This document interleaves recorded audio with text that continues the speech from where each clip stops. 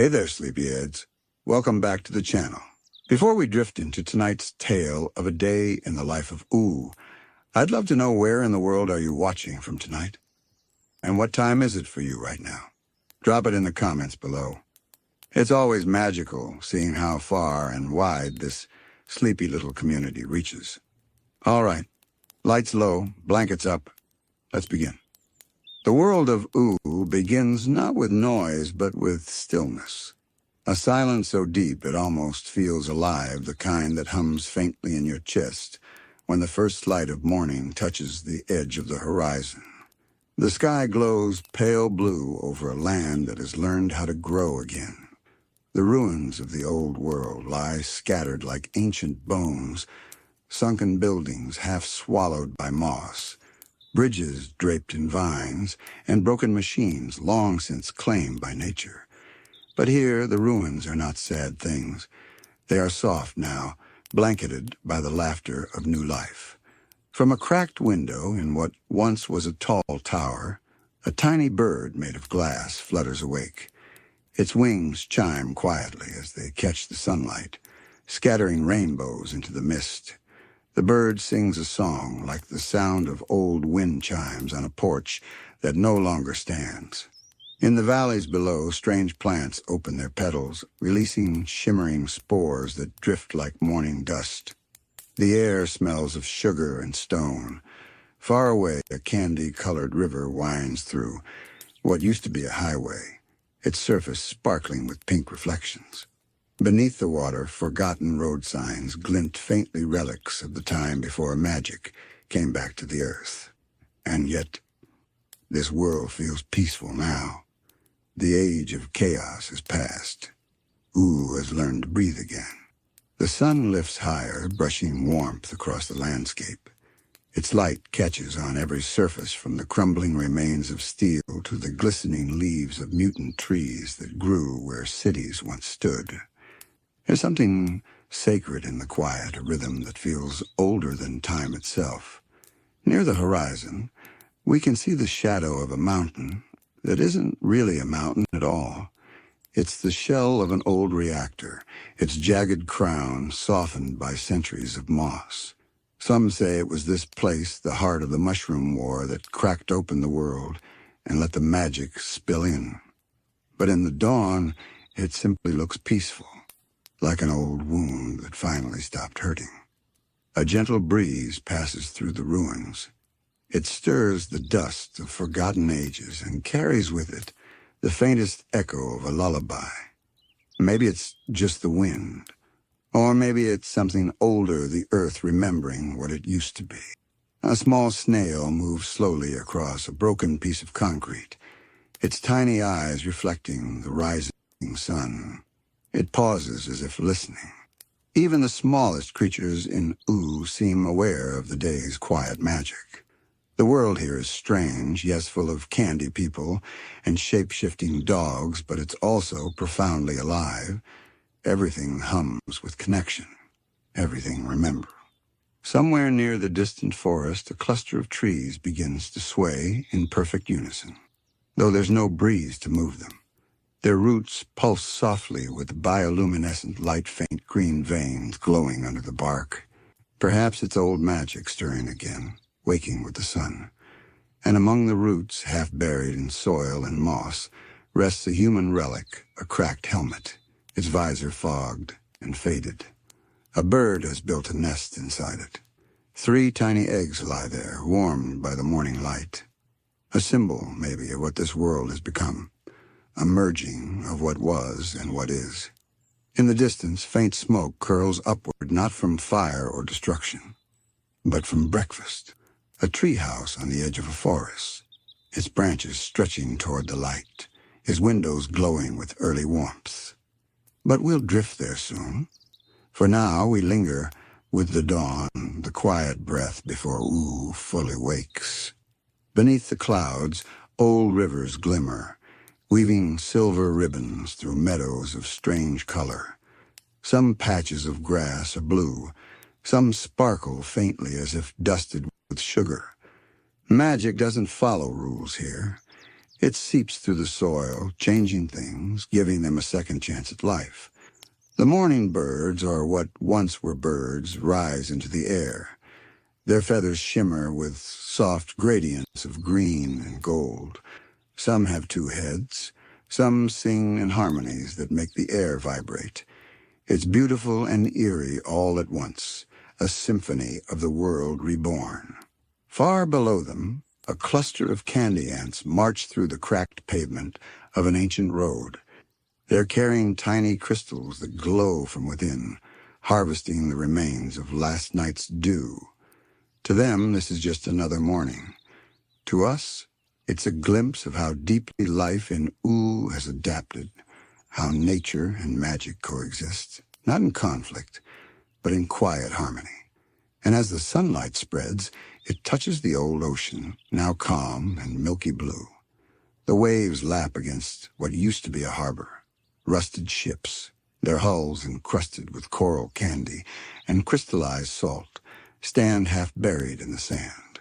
Inside one, the wind whistles through broken windows, producing a sound like a flute. The sea itself seems to hum along. Overhead, the sky ripples faintly thin layers of lingering radiation or magic. No one knows anymore. They shimmer like oil on water, reflecting the colors of a world that reinvented itself from ruin. And maybe that's the quiet secret of Ooo. It was born not from destruction, but from the gentle persistence of life that refused to stop dreaming. As the day unfolds, shadows grow shorter and warmth spreads across the land. The ruins, once cold and silent, now glow with vitality. Tiny sprouts emerge from cracks in the stone. A family of candy mice scurry across an overturned car, their laughter echoing faintly like bells. They vanish into the tall grass, leaving behind a faint trail of sugar dust that glimmers in the sun. High above, a lone balloon drifts lazily through the sky, its string trailing downward until it catches on the branch of a tree. It bobs gently in the wind as if waving good morning to the world below. The Land of Ooo is fully awake now, though still hushed in its own kind of peace. This world doesn't rush. It breathes in long, slow rhythms, the kind that let you drift between memory and dream. Somewhere deep within those breaths, beneath the hum of morning, something ancient stirs, not dangerous, not dark, just aware. The magic in Ooo is never truly asleep. It watches, it remembers, and sometimes it whispers. A faint echo moves through the soil like the pulse of a great heart buried beneath the world. It's what keeps Ooo alive, even after all these ages. The land itself, dreaming of the past, loving the present, and quietly building the future one dawn at a time. As the camera of your imagination drifts upward, the view expands endless forests, shimmering rivers, distant kingdoms catching the morning light. And at the center of it all, that cozy little treehouse stands like a beacon of warmth and friendship. The morning grows a little brighter now, and the light deepens to gold. It touches everything, every shard of glass and blade of grass, every forgotten ruin, every soft curve of hill. The warmth feels patient, almost affectionate, as if the sun itself remembers this place and all that it's been through. A soft mist lingers in the low valleys, clinging to the edges of old concrete walls and rusted metal beams. As it thins, the shapes of the past reveal themselves, the outline of a playground, half swallowed by vines, a rusted swing that still sways when the breeze sighs through. There's no child to push it, no laughter echoing anymore. But somehow it keeps moving. Perhaps Ooo itself is keeping it company. Above the mist, we can hear faint echoes of life stirring. The whistling of candy birds, the gentle rumble of a faraway volcano, the murmur of unseen creatures waking up. It's the soft orchestra of another day beginning a melody that belongs entirely to this strange, peaceful world. If you look closely, you might notice shapes moving through the golden haze. A family of candy people walking along an overgrown path, carrying baskets of sugar fruit. They speak in soft, cheerful tones, unaware that the land beneath them was once a place of sorrow. To them, this world has always been this way, alive, colorful, magical. The past is a story they never had to live through, only one whispered to them at bedtime. One of the candy children stops beside an ancient signpost. The words on it are faded, nearly erased, but you can still make out fragments "Welcome to," and the ghost of a name no one remembers. The child tilts their head, tracing the letters with a sticky finger, and then skips away. Ooo keeps its mysteries, and sometimes forgetting is its own form of peace. Up on a nearby hill, sunlight spills through a gap in the clouds, revealing a sea of flowers below. They shimmer in odd colors, blues that seem too deep to be real, oranges that glow faintly like embers. Some of the petals hum when touched, producing tiny notes that rise and fade with the wind. These are the descendants of what were once ordinary plants, changed forever by the strange forces that reshaped the world. And yet they thrive. Everything in Ooo, no matter how unusual, finds a way to belong. A soft gust passes through, and the landscape seems to shimmer with life. It carries with it the scent of wild sugar grass and faint traces of smoke from cooking fires in distant villages. Somewhere beyond the horizon, the Candy Kingdom begins to wake, its towers gleaming in the sunlight. But here, in the outer lands, the pace is slower. The land stretches wide and untamed, dotted with forests and fields where nature still rules. From the branches of an enormous tree, a small creature yawns and unfurls its wings translucent, glowing faintly pink. It looks almost like a bat, though its body flickers like a flame when it moves.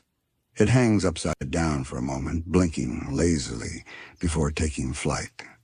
As it rises, the tips of its wings scatter motes of light that fall like sparks and fade into the morning air.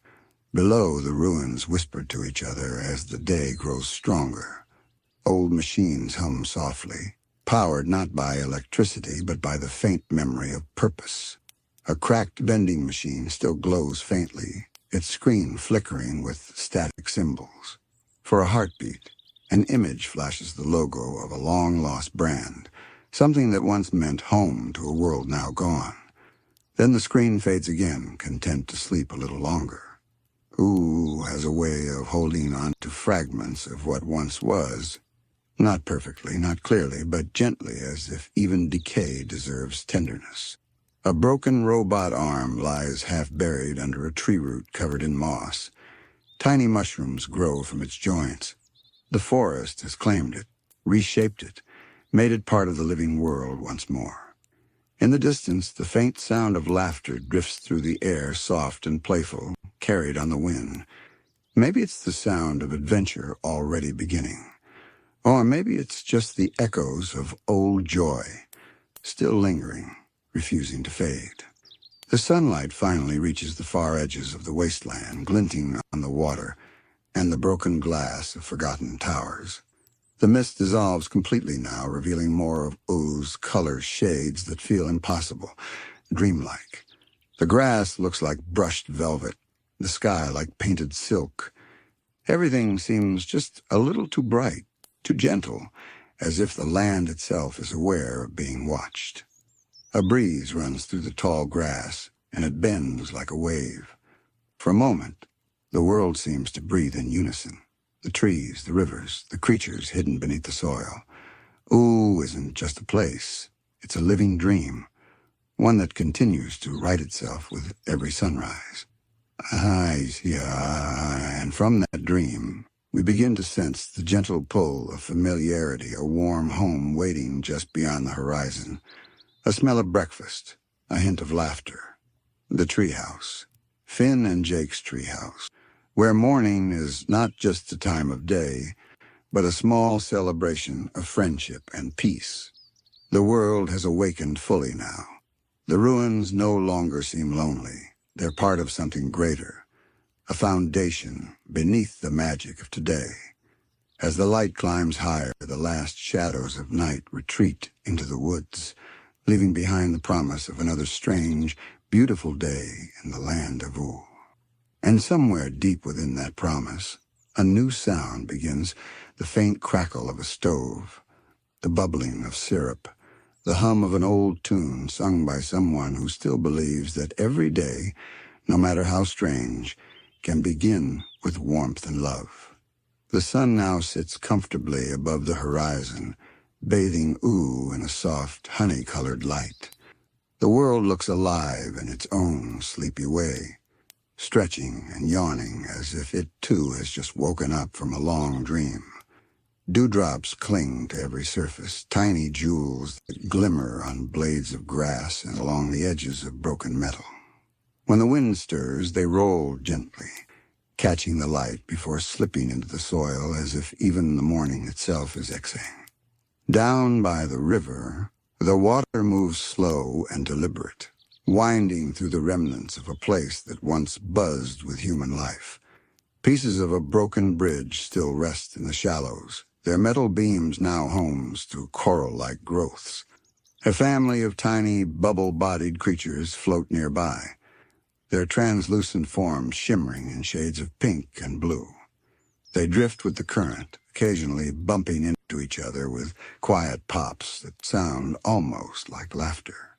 On the far bank, a tree has grown through the remains of an old car. Its roots curl around the metal, pushing through the windows, lifting the chassis, just enough that it creaks in the breeze.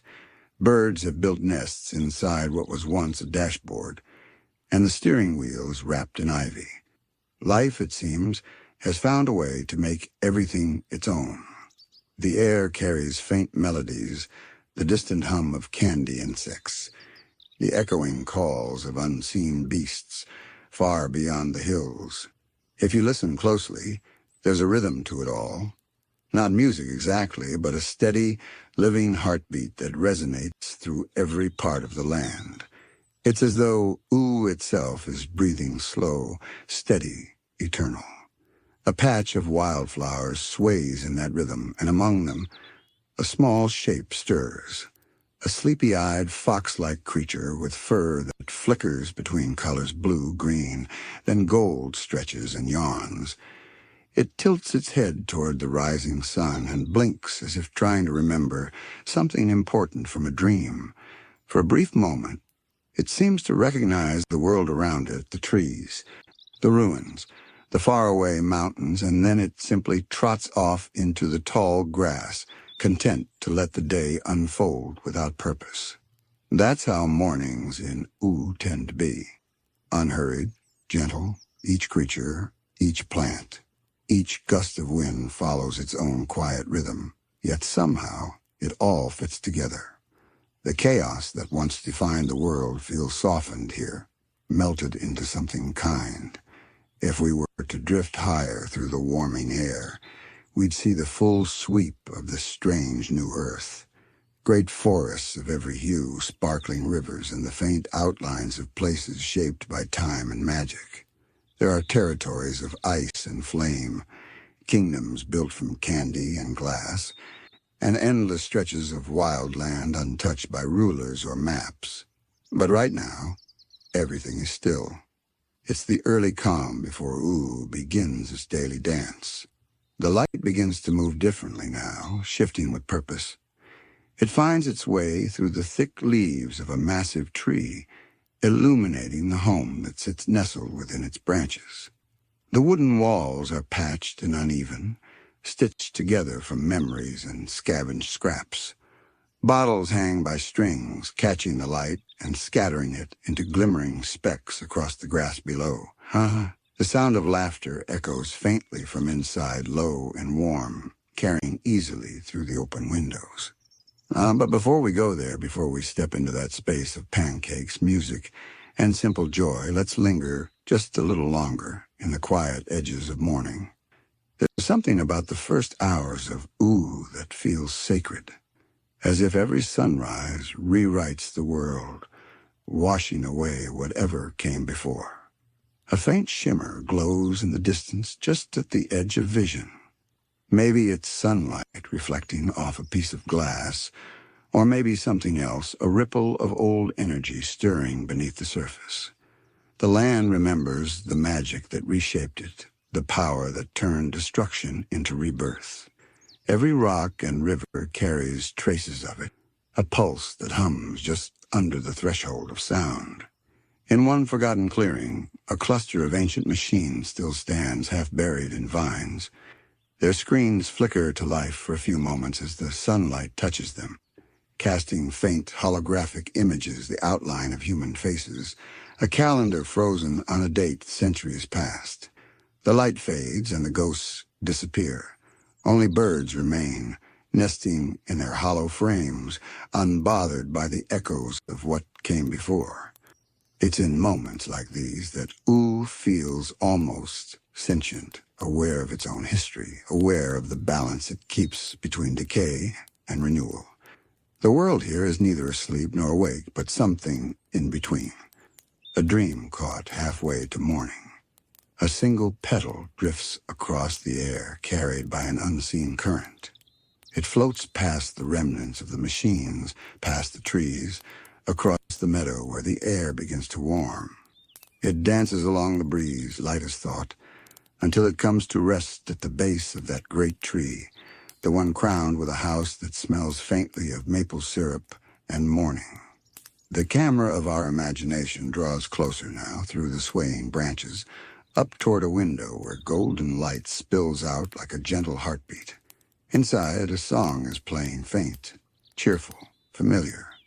It hums softly through the air, mingling with the morning breeze. And within that sound, the story begins to shift. From the vast, ancient calm of the world to the small, tender hum of life inside a home.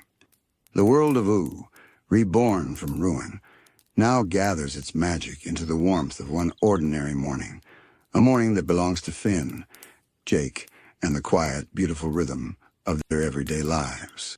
The light in Ooo has fully arrived now, soft but strong, pouring across the land in gentle sheets of gold. It feels alive, almost conscious, as it glides through the cracks of the old world and wraps itself around the new. Dust motes shimmer like tiny constellations caught between worlds, drifting lazily through the air. Every corner of Ooo seems to glow as if remembering something kind and beautiful. Down by the broken roads, flowers have burst through the cracks of asphalt. Their petals shimmer in colors that shift as you watch green, pink, and sometimes a pale, glassy blue that seems to hold the reflection of the entire sky. The wind passes through them like a lullaby, making the petals tremble and hum. In the quiet distance, something like laughter echoes, soft, rippling, impossible to place. Maybe it's the voice of the land itself humming to the creatures it shelters. Among the ruins of an ancient overpass, small figures move in the sunlight. They're mossy and round, with wide eyes that blink slowly, like they're still learning what waking up feels like. Tiny sprouts grow from their heads. Flowers, mushrooms, bits of leaf. They walk carefully, stepping around puddles and fallen metal beams, speaking in small, chirping sounds. They stop often to look up at the sky as though they don't quite believe it's real. These little beings are the newest children of Ooo, born not from any one kingdom, but from the soil itself, part memory, part magic, part dream. They pause by a shallow pool of water that reflects the morning light, their faces rippling softly on its surface. One reaches out a hand, its fingers glowing faintly green, and touches the reflection. Rings of light spread outward, and for just a second, the image in the water changes a glimpse of another world, another time, a skyline of steel and glass, a sky filled with smoke. Then the vision fades, and the creature blinks, tilting its head as if unsure of what it just saw. The world of Ooo carries these faint ghosts everywhere, reminders of what once was, folded gently into what is. Not far away, an old radio crackles to life. It sits half buried in the dirt, its metal casing rusted and soft with age. No one is there to turn it on. Yet, through static, a fragment of sound emerges, a woman's voice, faint and trembling, singing a tune that must be centuries old. The song lasts only a moment before the static swallows it again, but its echo lingers in the air, blending with the morning breeze. Perhaps it's just leftover frequency trapped between worlds. Or maybe Ooo remembers everything, even the songs of those long gone. High above, the sky shifts again, colors deepening into soft rose and pale gold. Clouds drift slowly, their undersides glowing with magic. From a distance, they look like gentle islands floating across a calm sea of air. A single bird, not quite something else, soars between them, its feathers reflecting the light like molten glass.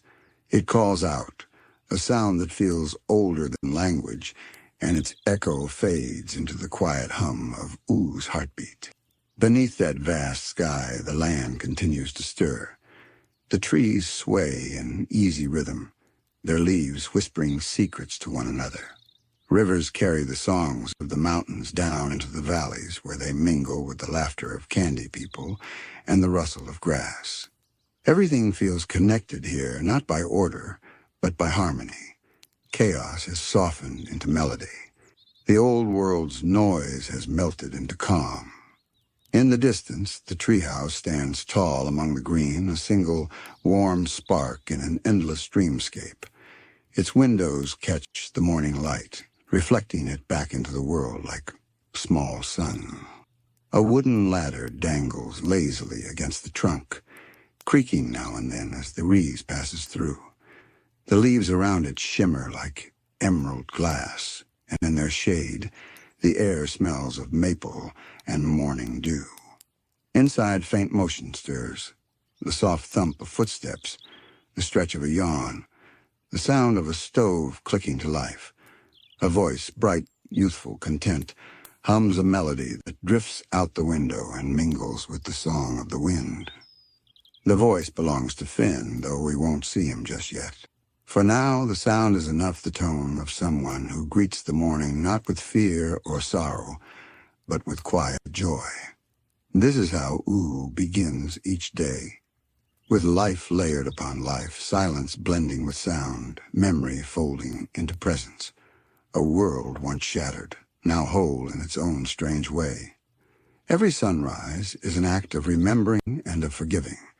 The ruins no longer ache for what they've lost. They cradle what's been reborn. The sunlight glides across the land one last time before climbing higher, brightening the valleys and forests. It spills through the branches of the treehouse and rests on the table inside, on plates waiting for breakfast, on the small shape of a sleeping dog stretching awake. The world of Ooo exhales, and the day truly begins. Soon we'll step through those branches and into the heart of that home where laughter stirs and syrup sizzles, and the ordinary morning of two heroes unfolds like a soft, golden dream. But for now, let's hold on to this last moment of dawn. Let's stay with the stillness, the hum beneath the earth, and the memory of the light that brought Ooo back to life. Because in this quiet, in this gentle awakening, we feel what Ooo truly is. Not a world rebuilt, but a world reborn. The morning inside the treehouse begins the same way it always does, quietly, softly, like the world itself is still deciding whether to stay awake. A golden patch of sunlight slips through the leafy windows and paints warm shapes across the wooden floor. Dust motes drift lazily in the air, turning like tiny planets in a beam of light. From somewhere in the kitchen comes the faint hum of an old kettle beginning to sing, followed by the sleepy sound of someone rummaging through a cabinet. Finn's voice drifts through the room, low and drowsy. He's humming something not quite a song, more like a half-remembered tune from a dream. He's barefoot, his hair still tangled from sleep, and his eyes have that calm softness that comes before the thoughts of the day begin. His sword leans quietly in the corner, sunlight glinting off the handle like a distant star. On the counter sits a bowl of lumpy pancake batter. Jake's paw prints are visible along the edge, a few splashes of flour scattered like tiny clouds around it. Jake is stretched halfway between his bed and the stove, lazily lengthening himself to reach the spatula. His eyes are half open, tail flicking to the rhythm of his own slow wakefulness. "Morning, bro," he mumbles, his voice thick with sleep. Finn, without turning around, answers with a smile in his tone. "You're up early." Jake stretches further, the spatula finally clinking against the pan. "Didn't want to miss breakfast. Besides, my dreams were getting weird again. Dreamt I was a sock." Finn chuckles, pouring batter into the sizzling pan. The sound of the batter hitting the heat fills the air like rain tapping on a window. It's a sound of comfort, homey, small, grounding. The smell of cooking pancakes slowly mixes with the earthy scent of the treehouse, the leaves, and the faint sweetness of syrup waiting on the table. Outside, the world hums quietly. Birds with candy-colored feathers sing in little bursts, their voices mingling with the bubbling of the nearby stream. From the open window, you can see the treetops swaying gently in the breeze, the sky still washed with soft morning gold. A few clouds drift lazily past, shaped like castles and stars. It's peaceful, a kind of peace that doesn't demand attention, only presence. Inside, Jake floats closer to the table, using his stretched arms to grab plates and syrup at the same time. He moves like he's been doing this for centuries, every motion half lazy, half perfectly practiced. "We should invite BMO," he says, flipping a pancake midair with effortless grace. "BMO loves Pancake Day." Right on cue, a cheerful electronic voice comes from the other room. "I heard that. I love every day." Tiny metallic footsteps echo as BMO scampers in, eyes glowing a soft turquoise. They climb onto a chair and fold their little hands on the table like it's a royal breakfast. Finn sets down a plate stacked high with pancakes. "There you go, buddy." "Merci beaucoup, Chef Finn," BMO replies with exaggerated grace. Jake laughs, shaking his head. "That's fancy talk for thank you," BMO adds proudly. The table feels alive, not in a noisy way, but in that gentle, cozy way that makes you want to stay there forever. The syrup drips slowly across the golden pancakes, steam rising in lazy curls. The sound of forks clinking against plates, the quiet chewing, and the occasional soft giggle fill the room. For a while, no one talks much. They just exist together in the calm heartbeat of morning. Finn gazes out the window, eyes half unfocused. There's a flicker in his expression, that faint wistfulness that sometimes crosses his face when he's thinking about the past. The lands they've traveled, the friends who've drifted away, the adventures that now feel like old stories. Jake notices but doesn't say anything. He just stretches an arm over and gives Finn a pat on the back, the kind that says everything without needing words. "You're thinking too much again, bro," he says lightly. Finn smiles a little. "Just feels weird sometimes, you know? Waking up and everything's so peaceful." Jake chews thoughtfully, tail flicking. "Yeah, weird's good, though. Means we earned it." The sunlight flickers across Finn's face, softening his expression. He nods. Maybe Jake's right. Maybe peace is the reward for everything they've been through, for every scar, every loss, every long night spent fighting shadows.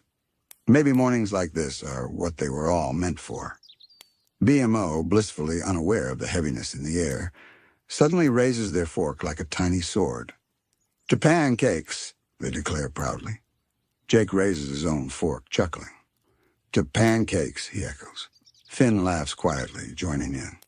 "To pancakes and peace."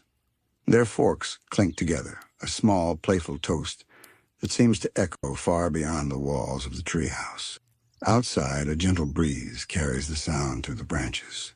Somewhere in the forest below, creatures stir a family of foxes stretching awake, a cluster of mushrooms glowing faintly as dew drips from their caps. The world of Ooo feels alive, curious, calm. It's a place that remembers chaos, but now chooses harmony. As they eat, BMO begins humming a tune soft, melodic, and strangely familiar. It's a lullaby, one they once heard from Marceline during a late-night campfire years ago. The sound fills the room with warmth, weaving between the drifting steam and morning light. Jake taps along with his paw. Finn hums too, quietly. The melody doesn't need words. It just exists. Simple, timeless. Oh, like the heartbeat of Ooo itself. And in that small kitchen, with pancakes, sunlight, and 3 friends sharing silence, the world feels whole again. The ruins outside, the memories of battles, the ghosts of the old world, they all fade for a while. All that matters is this, a morning in Ooo, where even the smallest moment feels sacred. The kettle whistles softly again, reminding them that time is still moving.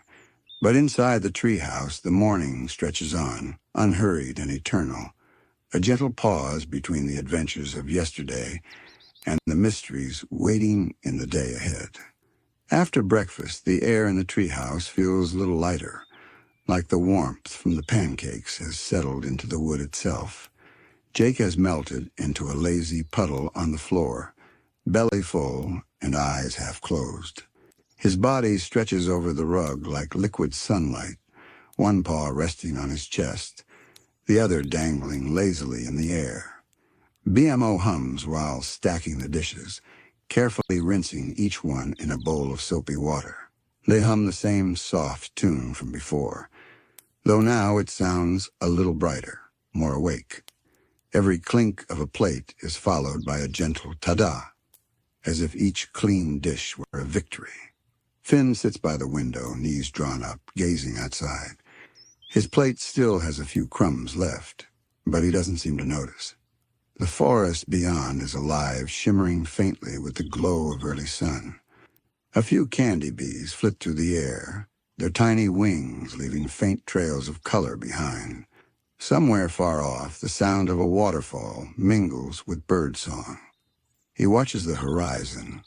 From this high in the treehouse, you can see nearly everything, rolling green hills, the distant peaks of Ice King's old domain, and beyond them, the faint glimmer of the ocean that once swallowed cities whole.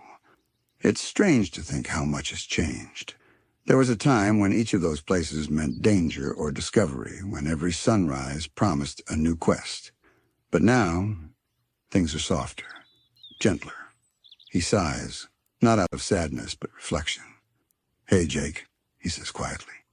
"Do you ever miss it? The crazy stuff, the fights, the quests, all that adventure?" Jake stretches his neck up without opening his eyes. Sometimes," he said, "but only a little. You know how I see it? Those were our wild years. Now we're in our chill years. And honestly, I kind of dig it." Finn smiles faintly. "Yeah, I get that." Jake rolls onto his back, one eye opening to meet Finn's. "You know what I miss, though? The feeling. That buzz right before something wild happened. Like you didn't know what the day was going to bring. Could be monsters, could be magic, could be lunch."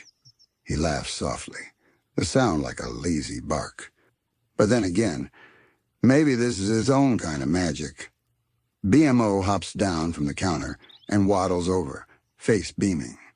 "Adventure isn't gone," they say matter-of-factly. "It's just smaller now, like micro-adventure." Finn chuckles. "Micro-adventure, huh? That sounds like something you'd trademark." "I already did," BMO says proudly, pointing to their chest. "BMO's Micro-Adventure Series, coming soon." Jake laughs, the sound filling the room with warmth. "You're wild, little buddy." The laughter fades into a comfortable hush, the kind of silence that doesn't need to be filled. Sunlight filters through the leaves above, flickering like soft candlelight. Finn leans back against the wall, closing his eyes for a moment. just listening the creak of the treehouse as it sways gently in the wind, the rhythmic breathing of his best friend, the quiet hum of the living world beyond. And in that stillness, there's something sacred. It's easy to forget how alive Ooo really is, how the land itself seems to breathe, slow and steady, like it's dreaming. Even now, as the morning drifts on, the faint hum of the world feels almost musical. Somewhere far off, a mountain giant shifts in its sleep, sending tiny tremors through the soil. The Candy Kingdom bells begin to ring faintly in the distance, marking the start of their morning festivities. Oh, Finn listens, smiling to himself. You ever think about how lucky we are? He asks softly. Jake opens one lazy eye again. To live in a treehouse and eat pancakes? Heck yeah. No, I mean... Finn pauses, searching for the right words. To still be here, after everything. All the weirdness, all the endings. Feels like we're part of something that kept going when it shouldn't have. Jake thinks for a moment, tail twitching. Yeah, man, I get that. Like the world had every reason to stop, but it didn't. Just kind of changed its shape. BMO tilts their head, curious. That's because Ooo likes stories. It doesn't want to end. It just wants to dream a new dream. The line hangs in the air for a moment, soft and shimmering.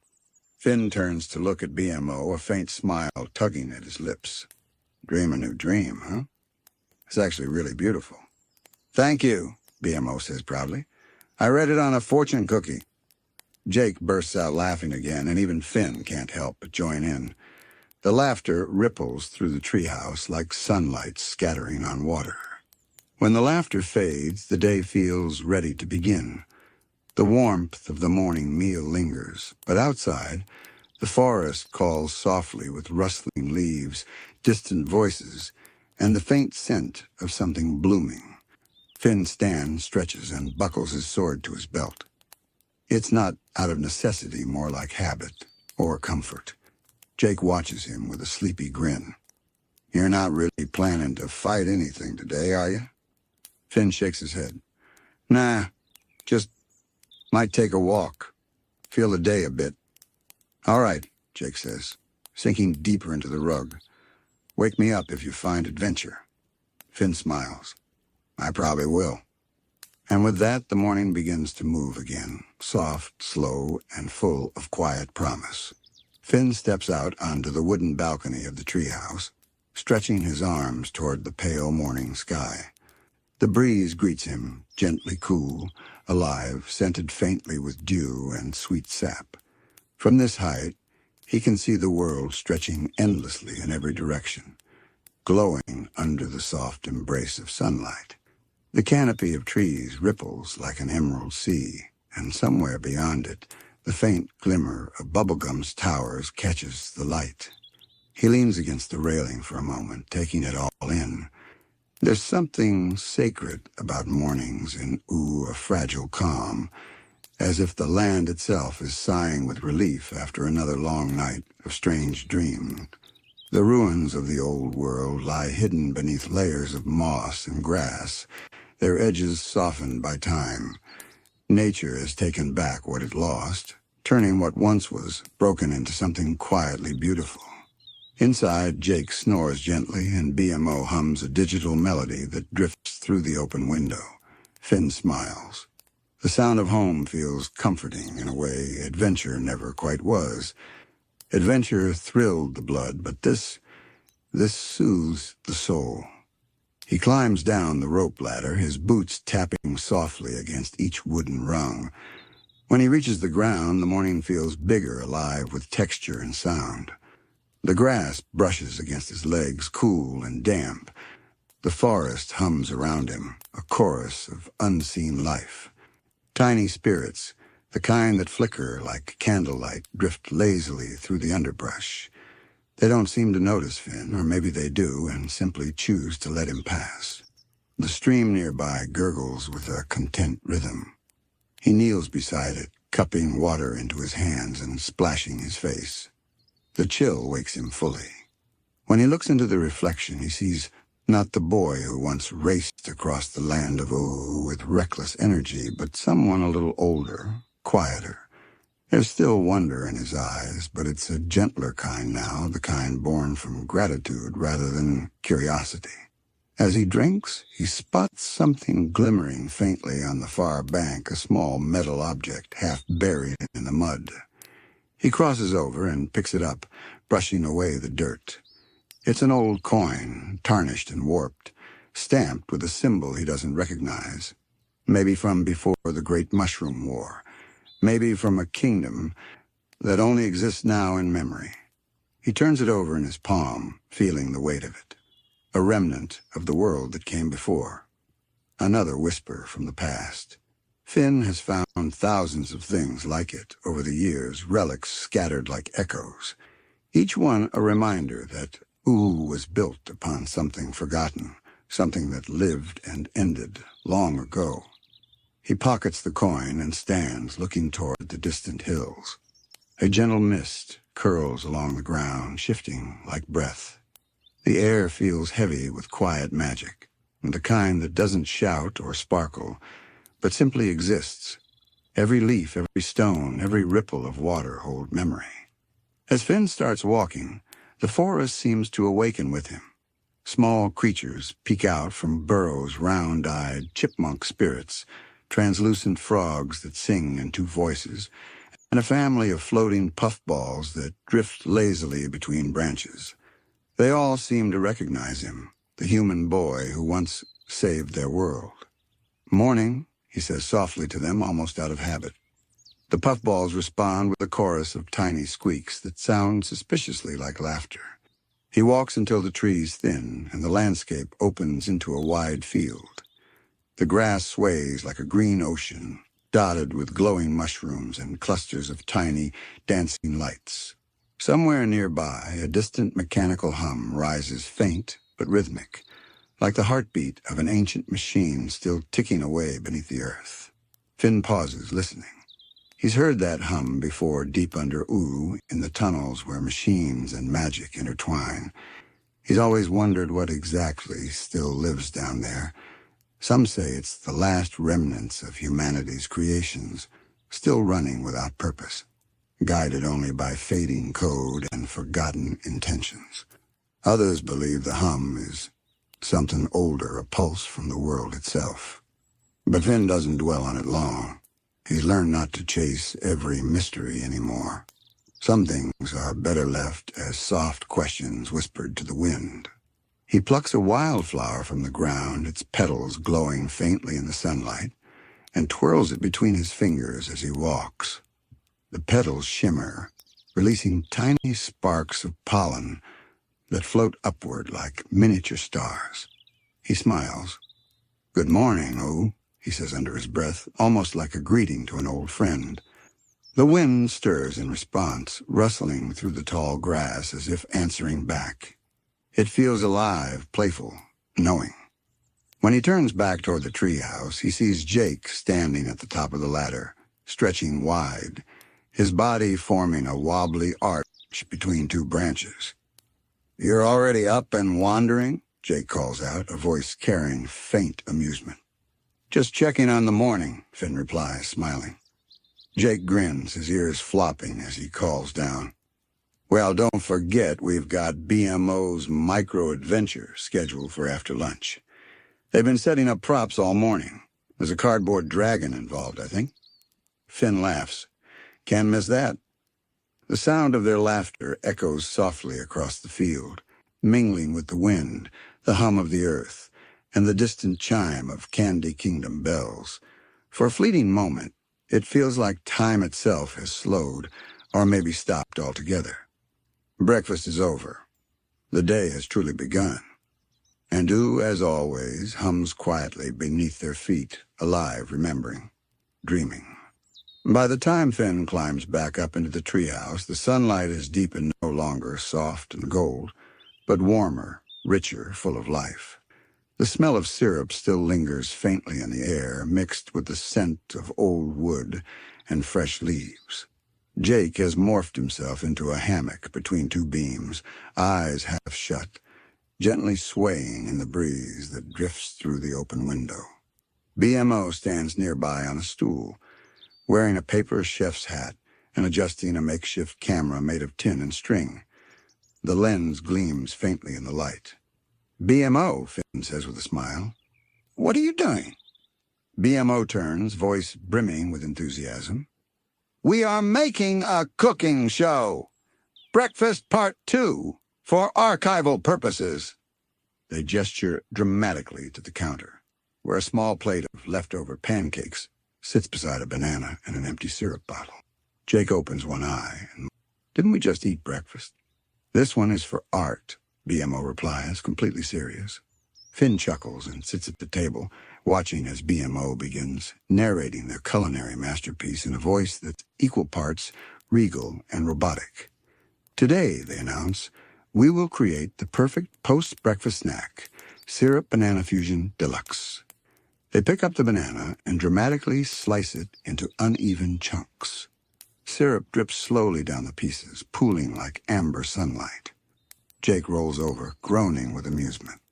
Man, you're wild. It's all about presentation, BMO replies firmly. For a moment, the treehouse feels timeless, like it's caught in a loop of soft laughter and small joys. The kind of moment that doesn't demand memory but lingers anyway. The sound of the knife tapping against the plate, the faint creak of the beam, the rhythmic sway of Jake's hammock, they all blend together into a gentle domestic symphony. Finn leans back, watching them. There's something beautiful about this quiet routine, something he never really noticed before. For so many years, mornings were the beginning of quests, of chaos, of the unknown. Now they're simply beginnings, small, steady, human. Jake eventually stretches and slides out of the hammock, yawning so wide it echoes through the rafters. All right, he says. Micro-adventure time. Can't keep BMO's creative vision waiting. BMO hops off the stool, clapping their tiny hands. Yes, everyone to the set. Finn grins. The set? BMO points dramatically toward the balcony. We will film in natural light. It brings out the emotional undertones of breakfast. The three of them gather on the balcony as the wind rustles through the leaves. BMO sets up the camera again, propping it against the flower pot. Jake, stretching to double his size, forms the shape of a dragon, with his body wings made from his ears, a tail curling around a potted plant. Finn can't help but laugh. Raw, Jake says, his voice deep and silly. Perfect, BMO cheers. Finn, you are the brave breakfast hero. Defend the syrup treasure.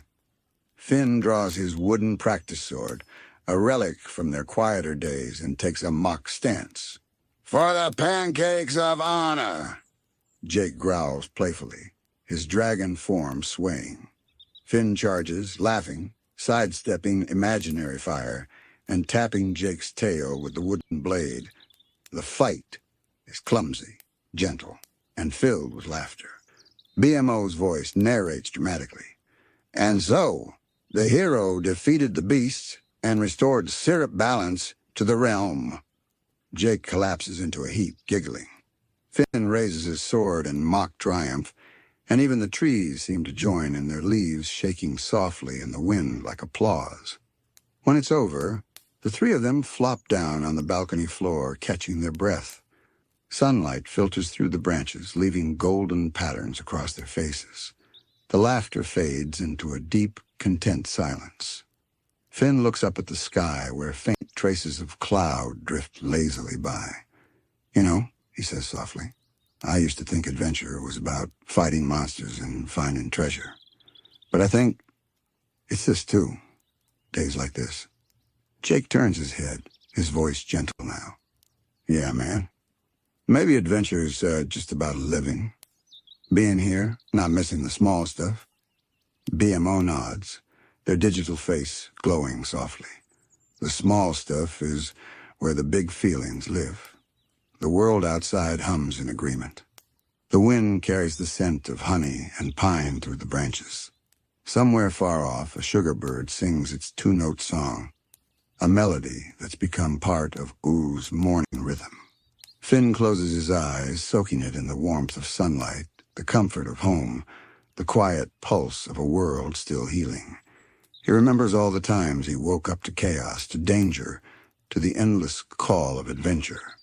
And now, to wake up to peace that feels like its own kind of miracle. Jake shifts closer, resting his head on Finn's shoulder. "You're quiet, bro," he says softly. Finn smiles faintly. "Just thinking about how good this all feels." "Yeah," Jake murmurs. "Peace feels weird at first, but once you let it, it kind of grows on you." They sit there for a long while, listening to the sounds of ooh, the rustle of leaves, the distant laughter of creatures, the hum of a world rebuilt from dreams and ruins.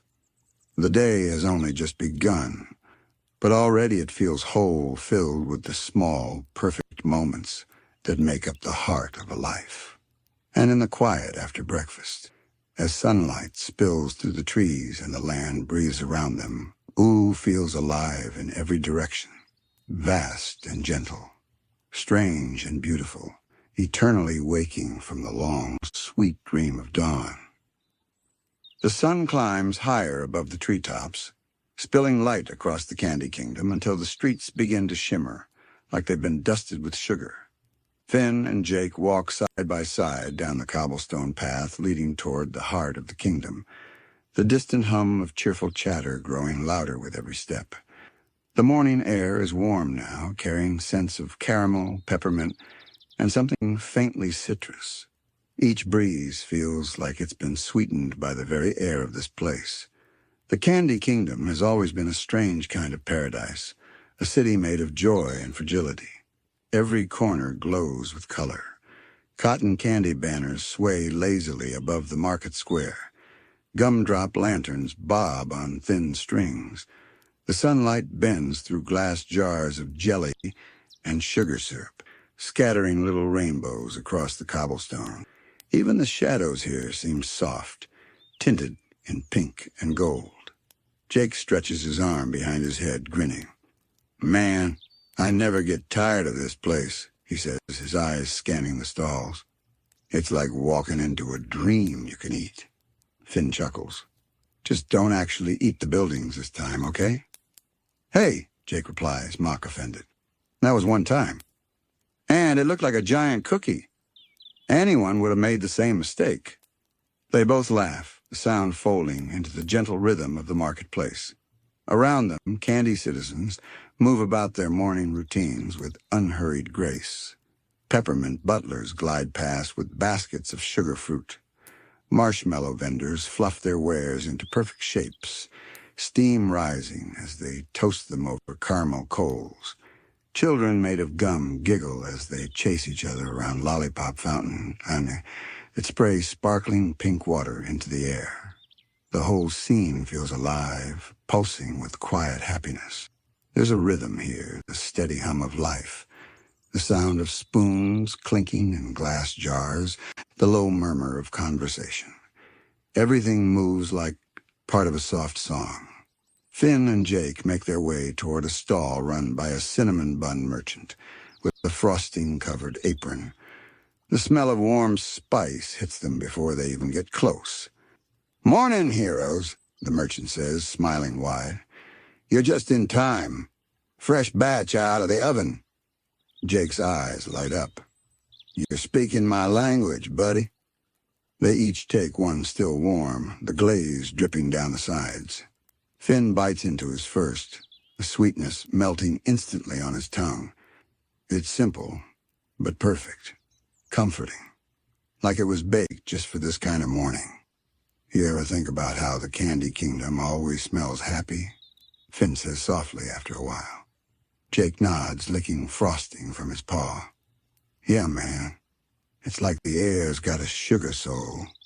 They find a quiet spot near the edge of the market, beside a bubbling chocolate fountain surrounded by candy flowers.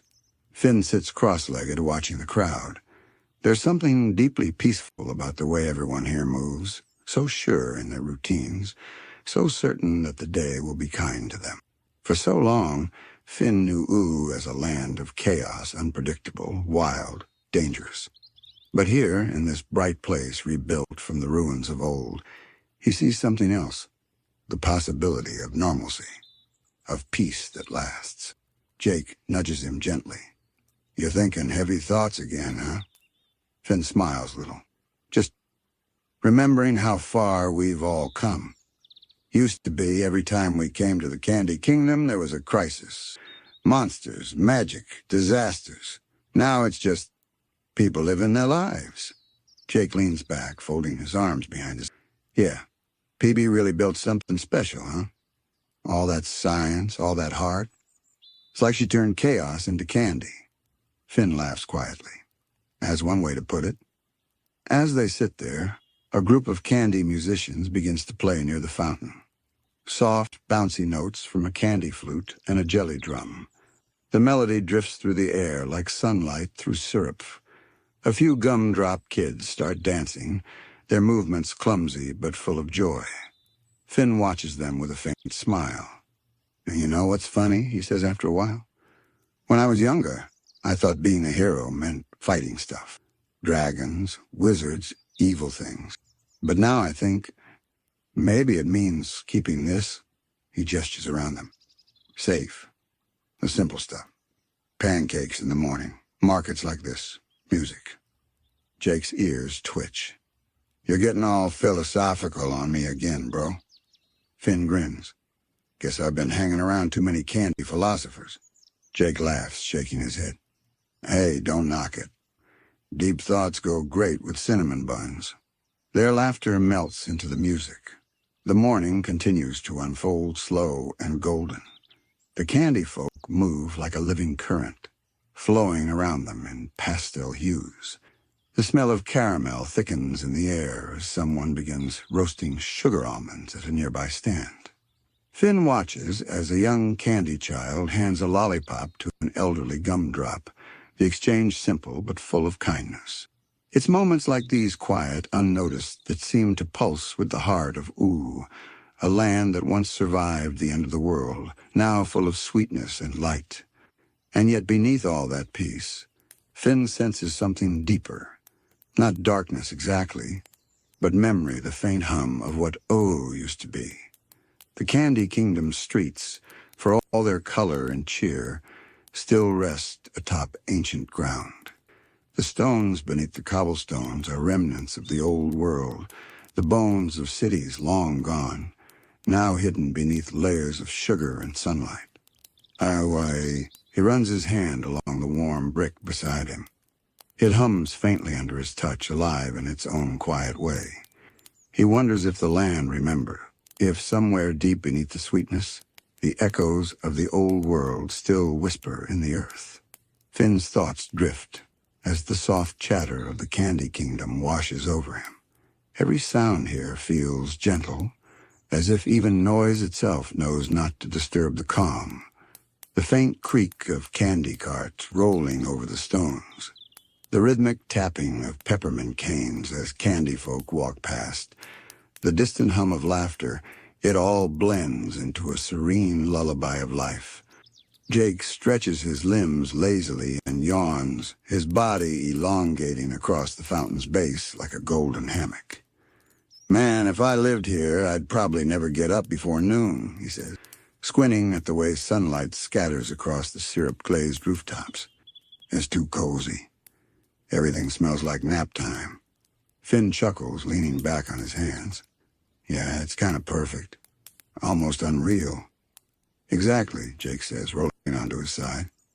"Like, what if this is all a dream? A sugar dream we never woke up from?" Finn raises an eyebrow. "You're saying we're just dreaming inside the Candy Kingdom?" Jake nods, half serious. "Could be. Maybe the bubblegum princess made a machine that keeps us asleep, feeding us happy dreams so we stop fighting monsters and just chill forever." Finn laughs, shaking his head. "You've been hanging out with BMO too much." "Hey," Jake grins. "BMO's got theories, man. Big theories." Their laughter fades into a peaceful quiet. The candy band changes tunes, a slower, sweeter melody now, something wistful, that drifts through the streets like a memory of old bedtime songs. A soft wind moves through the market, rustling sugar leaves and carrying the faint sound of distant bells. As Finn looks around, his eyes settle on a stall tucked into the corner of the square, a small, unassuming shop made from hardened honey. Its sign reads, "Old Sweet Relics." He feels something tug at his curiosity. "Hey, Jake," he says, standing up. "Want to check that out?" Jake groans lightly, but follows, stretching back into shape as he walks. "You and your relics, man. You can't resist old dusty stuff." Finn grins. "You never know what stories they hold." The inside of the shop smells like warm molasses and old parchment. Rows of glass jars line the walls, each filled with curious artifacts. Melted candy crowns, ancient sugar coins, tiny marzipan figurines shaped like knights and wizards. Behind the counter, an old candy woman with taffy-colored hair smiles at them. "Welcome, traveler," she says in a voice soft as caramel. "Looking for something sweet or something strange?" Finn's eyes drift toward a shelf where a small glass sphere glows faintly blue. Inside it, tiny lights swirl like trapped stars. "What's that?" he asks him, pointing. The shopkeeper's eyes soften. "That," she says quietly, "is a memory orb from before the Great Sweetening." Jake tilts his head. "The Great what now?" She chuckles. "It's what we candy folk call the time when Ooo began to heal, when the world turned from ash to sugar. It's said that in those days the very land tried to comfort itself, turning sorrow into sweetness, ruins into candy." Finn leans closer to the orb. The light inside flickers, shapes forming, then dissolving again. He thinks he sees ruins, a forest, a flash of light. Then it's gone. "Can it show the past?" he asks softly. The candy woman nods. "Sometimes, but only when the land wants to remember." There's a silence between them, that kind of silence that feels alive, full of meaning, just beyond reach. Finn feels something stirred deep inside, that familiar sense of wonder mixed with sadness. Ooo was born from loss, he thinks, from the end of something ancient. And yet, here it stands, rebuilt in color so bright, they almost hide the history underneath. Jake, sensing his friend's quiet, puts a hand on Finn's shoulder. "You okay, dude?" Finn smiles faintly. "Yeah, just thinking about what the world used to be." "Don't go all heavy on me again," Jake teases, though his tone is gentle. "We came here for snacks, not sadness." Finn laughs, breaking the mood. Right. Snacks first, existential thoughts later." They thank the shopkeeper and step back into the sunlight. Outside, the market has grown busier, candy folk chatting, kids laughing, the warm hum of life growing louder as noon approaches. A parade of tiny chocolate soldiers marches past, carrying pink flags, followed by a cotton candy float shaped like a smiling sun. Jake grins, tail wagging. "Now that's what I'm talking about. A sugar parade." Finn laughs as confetti rains down sparkly bits of hardened syrup, catching the light like fireflies. He looks around and realizes something simple but beautiful. This is what peace looks like in Ooo. Not quiet, not empty, but full of life. A kingdom where joy is an ordinary thing and danger feels like a distant dream. And yet, deep down, he knows the land still holds secrets. The ruins beneath the candy, the echoes in the earth, the memory orbs that glow with the light of a world that came before. Ooo never truly forgets it, just sweetens the pain. A warm wind moves through the market square, carrying the soft scent of caramel and frosting. The cobblestones, made of pale sugar crystal, shimmer faintly beneath Finn and Jake's boots as the day grows brighter. Every corner of the Candy Kingdom seems to hum with life now. Candy folk bustling between stalls, the gentle rhythm of conversation, the laughter of marshmallow children chasing each other past fountains that glisten like syrup. Finn and Jake stroll without hurry, letting the moments stretch. Above them, Pink banners flutter lazily into the breeze, each one painted with cheerful symbols, gumdrop suns, lollipop moons, tiny hearts with faces that smile down on the crowd. It's impossible not to feel calm here. Even Jake's normally restless energy has softened. His steps match Finn's, as if the two are moving in quiet harmony with the rhythm of the place. They pass a group of peppermint guards standing near the palace gates, their uniforms spotless, their spears tipped with shimmering sugar. One of them nods politely at Finn and Jake. Finn grins and waves, and the guard's candy cane face twists into a smile that almost looks shy. "Man," Jake murmurs, "this place is so dang wholesome. It's giving me cavities." Finn snickers. "You love it." "Yeah," Jake admits. "I do." Their attention drifts to the palace ahead, that grand, glittering structure rising at the heart of the kingdom. Its towers glisten with golden frosting, its windows framed by stained sugar glass that catches the sunlight and scatters it across the city like tiny rainbows. From here, it looks like a dream given shape, delicate, sweet, and impossibly precise. Finn stares for a while. "You ever wonder how PB keeps it all together?" he asks. "Like the whole kingdom? So perfect all the time?" Jake glances toward the palace, too, his eyes thoughtful. "Yeah, I think that's kind of her thing, dude. Keeping stuff together so the rest of us don't have to worry about it." Finn nods slowly. "Guess you're right." A candy folk vendor nearby catches their attention. He's an older peppermint man with a cart full of glimmering glass jars, each filled with a different shade of liquid light. "Morning, boys," he calls cheerfully. "Care for a taste of distilled sunshine? Guaranteed to make your heart glow." Jake's eyes widen. "Sunshine in a jar? Don't mind if I do." He hands over a few candy coins and takes a sip straight from the jar. His body instantly brightens, glowing faintly golden. "Whoa! I'm literally radiant right now." Finn laughs so hard he nearly drops his backpack. "You look like a nightlight, dude." The vendor chuckles, his candy eyes twinkling. "Careful not to drink too much. Too much joy can make your head spin." As they move on, the sun climbs higher, and the colors of the kingdom shift with it. What was soft and pastel in the morning now gleams bright and vivid reds deep as rubies, yellows like candlelight, blues so pure they seem to hum. It's beautiful in a way that feels almost alive, as if the city itself enjoys being admired. They stop again near a music stall where a small group of gummy musicians play an upbeat tune on candy flutes and bubble drums. The notes float lazily through the air like drifting sweets. Jake sways to the rhythm, his tail wagging in time, while Finn just watches, smiling at the way joy seems to spill naturally from this world.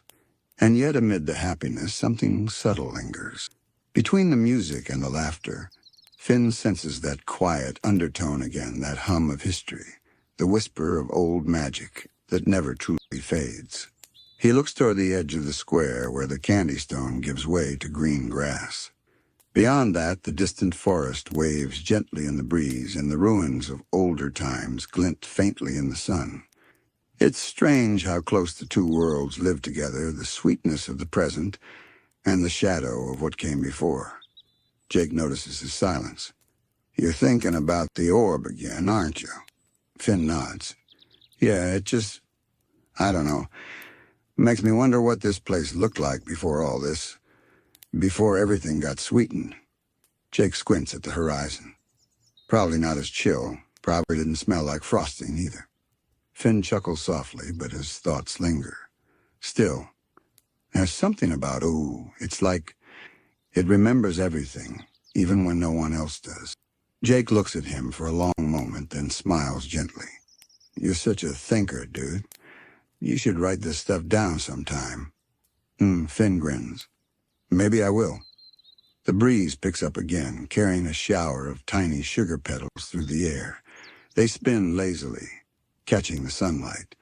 before melting away on contact with the warm cobblestone.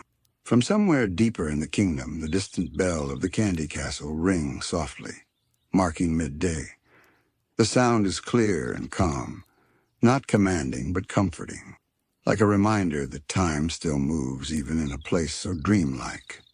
The market begins to thin a little as candy folk drift toward cafes and shaded benches. The cheerful hum of morning gradually gives way to the gentle lull of noon. Even the air feels slower now, syrupy and thick with warmth. Jake stretches and yawns. Man, I could go for a nap right about now, maybe find a nice jelly bean pillow somewhere. Finn smirks. We just started the day, dude. Exactly, Jake says, closing his eyes. Gotta pace myself. Finn laughs quietly, looking once more at the candy kingdom around them, this world made of sweetness and sunlight, alive yet carrying the faintest trace of something older, something sleeping beneath its perfection. And somewhere deep in the candy-colored streets, the ground hums a faint vibration that only those attuned to the land might feel, a quiet heartbeat underfoot. Ooo is alive, dreaming, remembering. Finn takes a slow breath, feeling it too, that connection between everything. Between the laughter of candy folk and the ruins hidden beneath. Between joy and history. Between light and the quiet, sleeping shadows below. As the afternoon light shifts to gold, he turns to Jake. Come on, he says softly. Let's see where the day takes us next. Jake grins and follows, tail wagging lazily, as they walk toward the distant sound of music, the breeze carrying the faint, sugary scent of something both ancient and endlessly new. As the afternoon deepens, the marketplace begins to glow under the golden sunlight, every color softening to warmth. The shadows stretch long and gentle between the stalls, and the laughter of the candy folk grows slower, sweeter, like the day itself is sighing in contentment.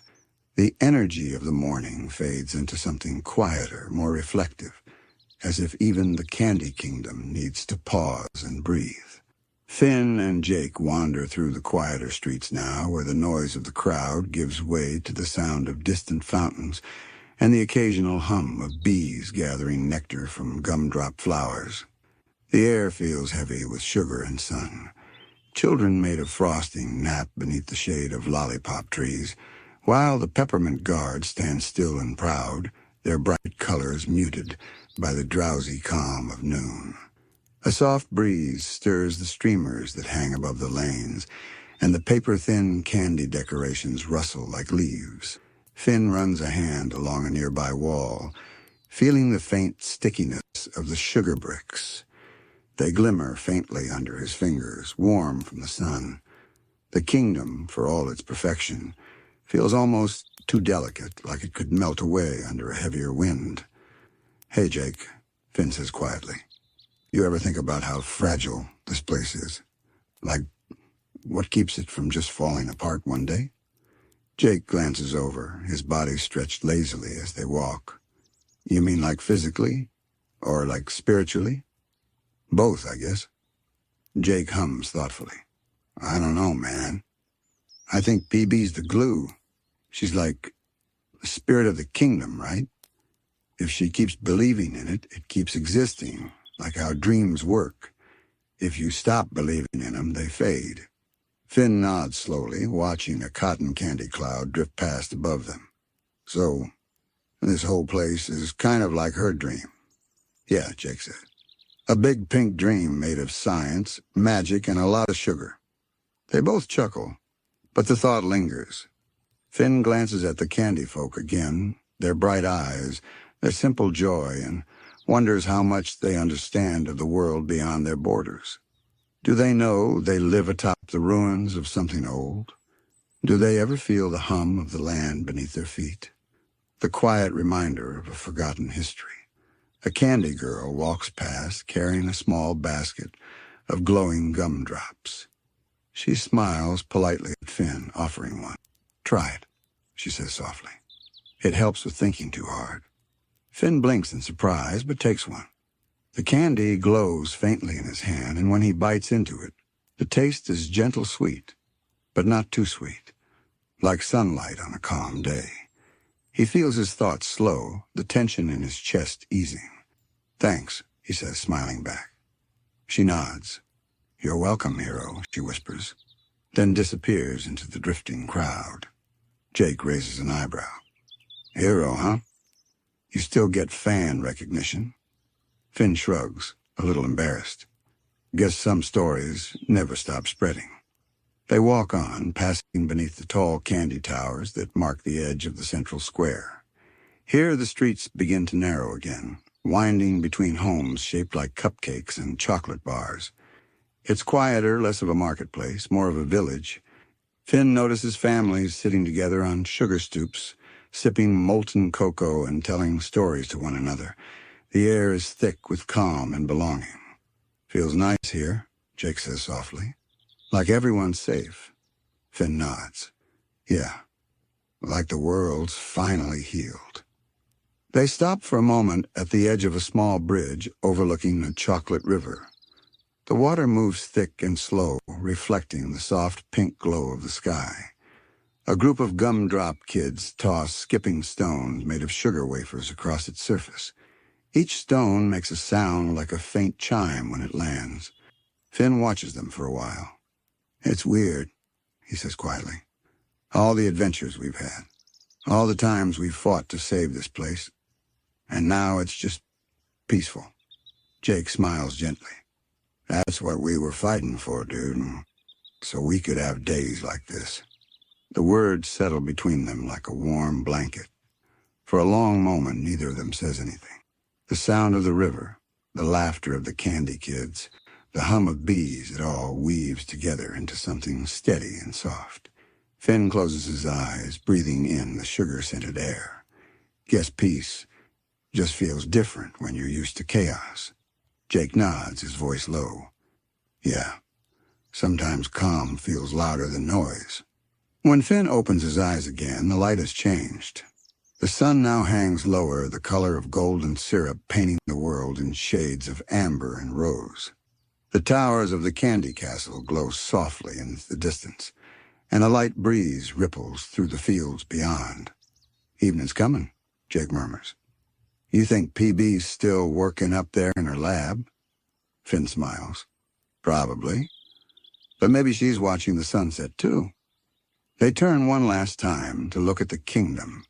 The market's now winding down, the candy folk closing their stalls, laughter turning to quiet conversation as lamps begin to glow. It's a sight so peaceful, so gentle, that it feels like a dream of safety made real. And yet, in that stillness, Finn feels something deeper, the pulse of the land, the quiet heartbeat of Ooo. The Candy Kingdom is only one song in a vast, ancient symphony, a melody built from joy, sorrow, and survival. He looks to Jake, who's already stretching, ready to move on. "Let's go, dude," Jake says with a smile. The day's still got some stories left. Finn nods. Together they step away from the market and back into the open world toward the golden horizon, where the colors of the afternoon begin to melt into the coming dusk. And behind them, the Candy Kingdom glows like a soft ember in the heart of Ooo, a beacon of peace, born from ruins, resting in the warmth of an endless, living dream. The road beyond the Candy Kingdom winds gently into the trees, where the light of day begins to soften into green. The laughter of the candy folk fades behind Finn and Jake as they follow the old dirt path that leads into the quiet heart of Ooo. Here the air feels different, cooler, richer, filled with the scent of moss and rain long past. The forest greets them like an old friend, patient and calm, its branches swaying in rhythm with their footsteps. "Man, it's wild how it changes so fast," Jake murmurs, looking around. One minute it's candy castles and sunshine, the next it's like nature's cathedral. Finn smiles faintly. "Yeah, Oo's like that. Every place feels like it remembers a different part of the world that used to be." The trees stretch tall, their bark dark and smooth, with faintly glowing lines pulsing like veins just beneath the surface. Tiny lights drift through the air, not quite insects, not quite dust, glowing softly in shades of blue and white. They move with purpose, like they're being carried on invisible threads. Finn reaches out, and one settles gently on his hand before rising again, vanishing into the canopy. "Wandering lights," Jake says quietly. "You think those are actual spirits?" Finn considers. Maybe. Or maybe they're just the forest's way of remembering. The path narrows as they walk deeper. The forest seems to breathe around them, each gust of wind carrying faint whispers that could almost be words. Leaves rustle in layered tones, a language only the land itself understands. The air grows cooler still, damp and fragrant, with the scent of old earth. Every sound is soft, every movement slow. They pass the remnants of something ancient, a broken stone archway, half buried in moss. Its carvings are worn, the symbols too faint to read. Finn traces a finger across them anyway, feeling the texture of time. "You ever think about who built all this?" he asks. Jake peers closer, squinting. "Probably some old magic folks, back before all the candy and the Fire Kingdom showed up." "Yeah," Finn says softly. "People who wanted to remember something, or protect it." They stand there for a moment, listening to the sound of wind moving through the hollow stones. It almost feels like the archway is humming a low, steady note that hums in Finn's bones. The forest carries that sound forward, blending it with the songs of unseen birds and the distant echo of running water. The deeper they go, the older everything feels. The light barely reaches the ground now, filtered through layers of leaves that shimmer like glass. The forest floor is blanketed with moss that glows faintly underfoot, soft as cloud. Even Jake lowers his voice as they walk, instinctively speaking in a near whisper, as though not to wake something that sleeps here. Feels like this place has been dreaming for a long time," Jake says, his voice low. Finn nods. "Yeah, like it's halfway between life and memory."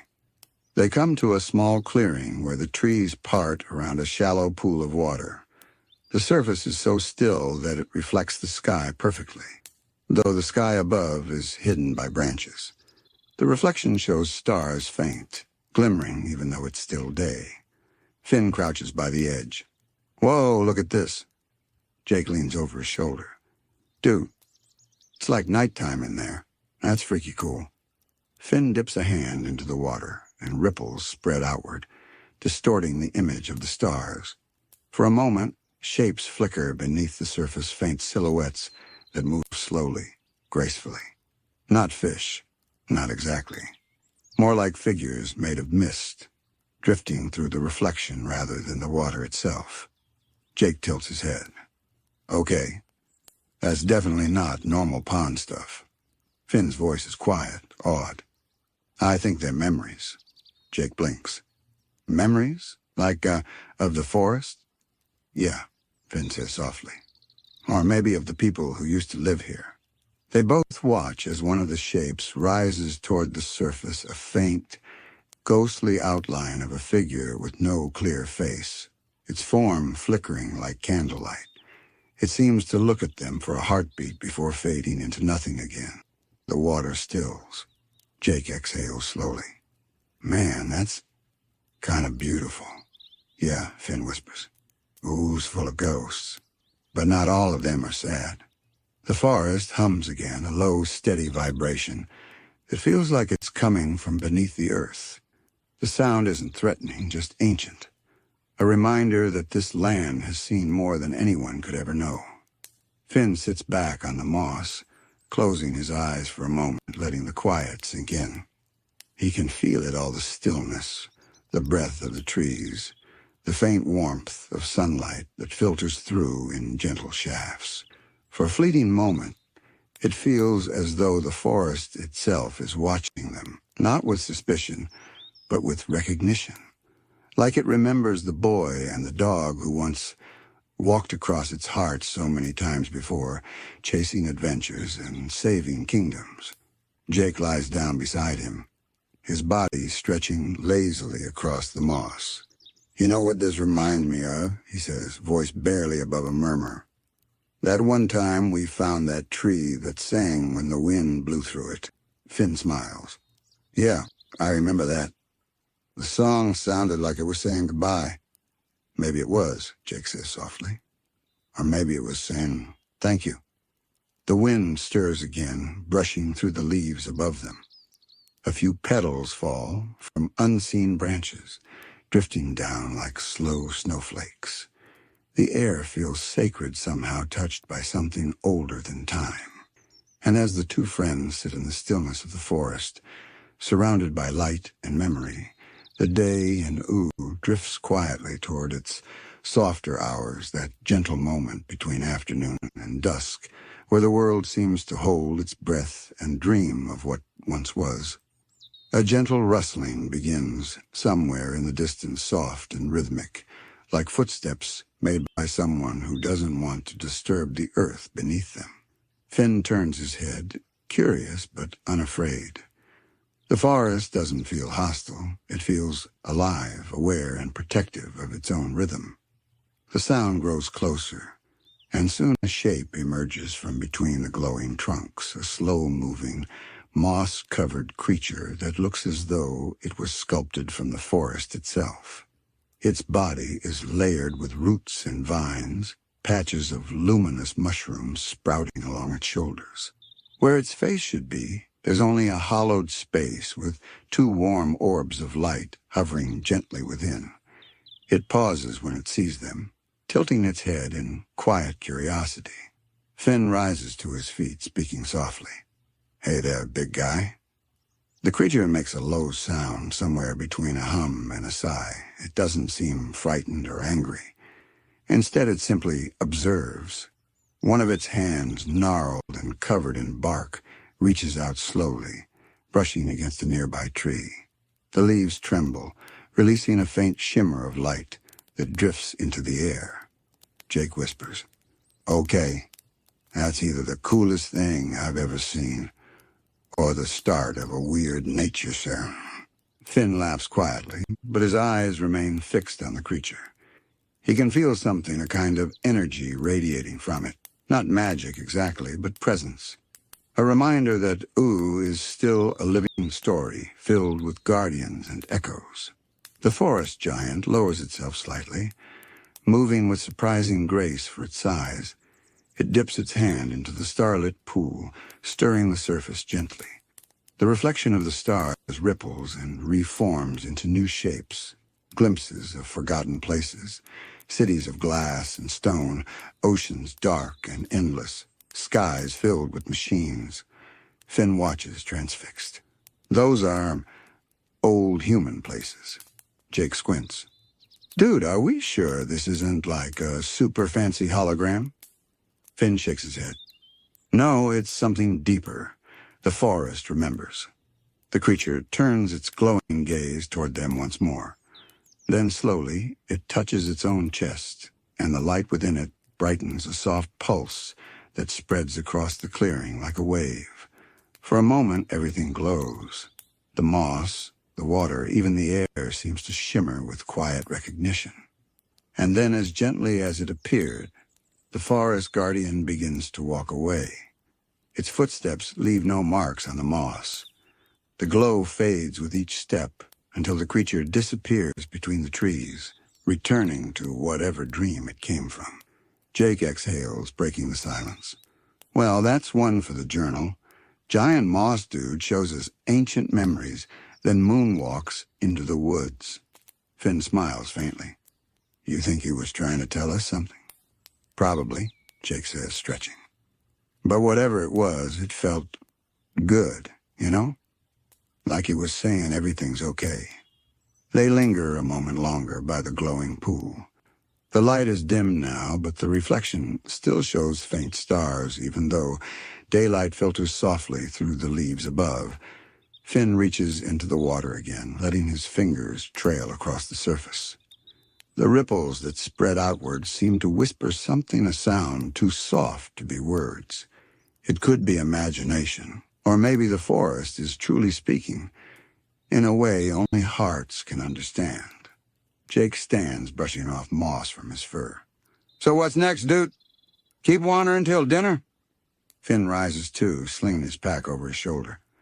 "Yeah, let's see what's deeper in." They move onward, the path narrowing into winding trails framed by ancient roots. Shafts of light pierce through the canopy, painting their faces with patches of gold.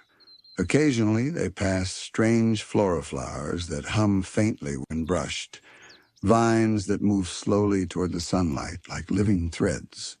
The forest feels alive, not just with sound, but with memory, a living network of stories stretching back to the dawn of Ooo. Jake pauses at one point, sniffing the air. "Smells like, cinnamon?" Finn grins. "Yeah, there's magic here. Old magic." They step into another clearing, this one larger, filled with ancient stone pillars wrapped in vines. The symbols carved into them glow faintly into the dim light. At the center lies a circle of stones surrounding an empty space where the grass refuses to grow. The air is heavy here, but not in a bad way. It feels charged, reverent, like a place of remembrance. Finn kneels, brushing his fingers across one of the stones. It's warm to the touch. This is some kind of old meeting place. Maybe from the early days of Ooo. Jake looks around. "You think folks used to hang out here? Like have meetings or rituals?" "Maybe both," Finn says softly. "Places like this. They were built to connect with the land, to keep balance." A faint hum rises again, low, steady, and rhythmic. The stones vibrate ever so slightly beneath their hands. The same gentle light returns, spreading through the carvings like a heartbeat. Jake's eyes widen. "Okay, dude. Either we just activated an ancient forest password, or this place is saying hi."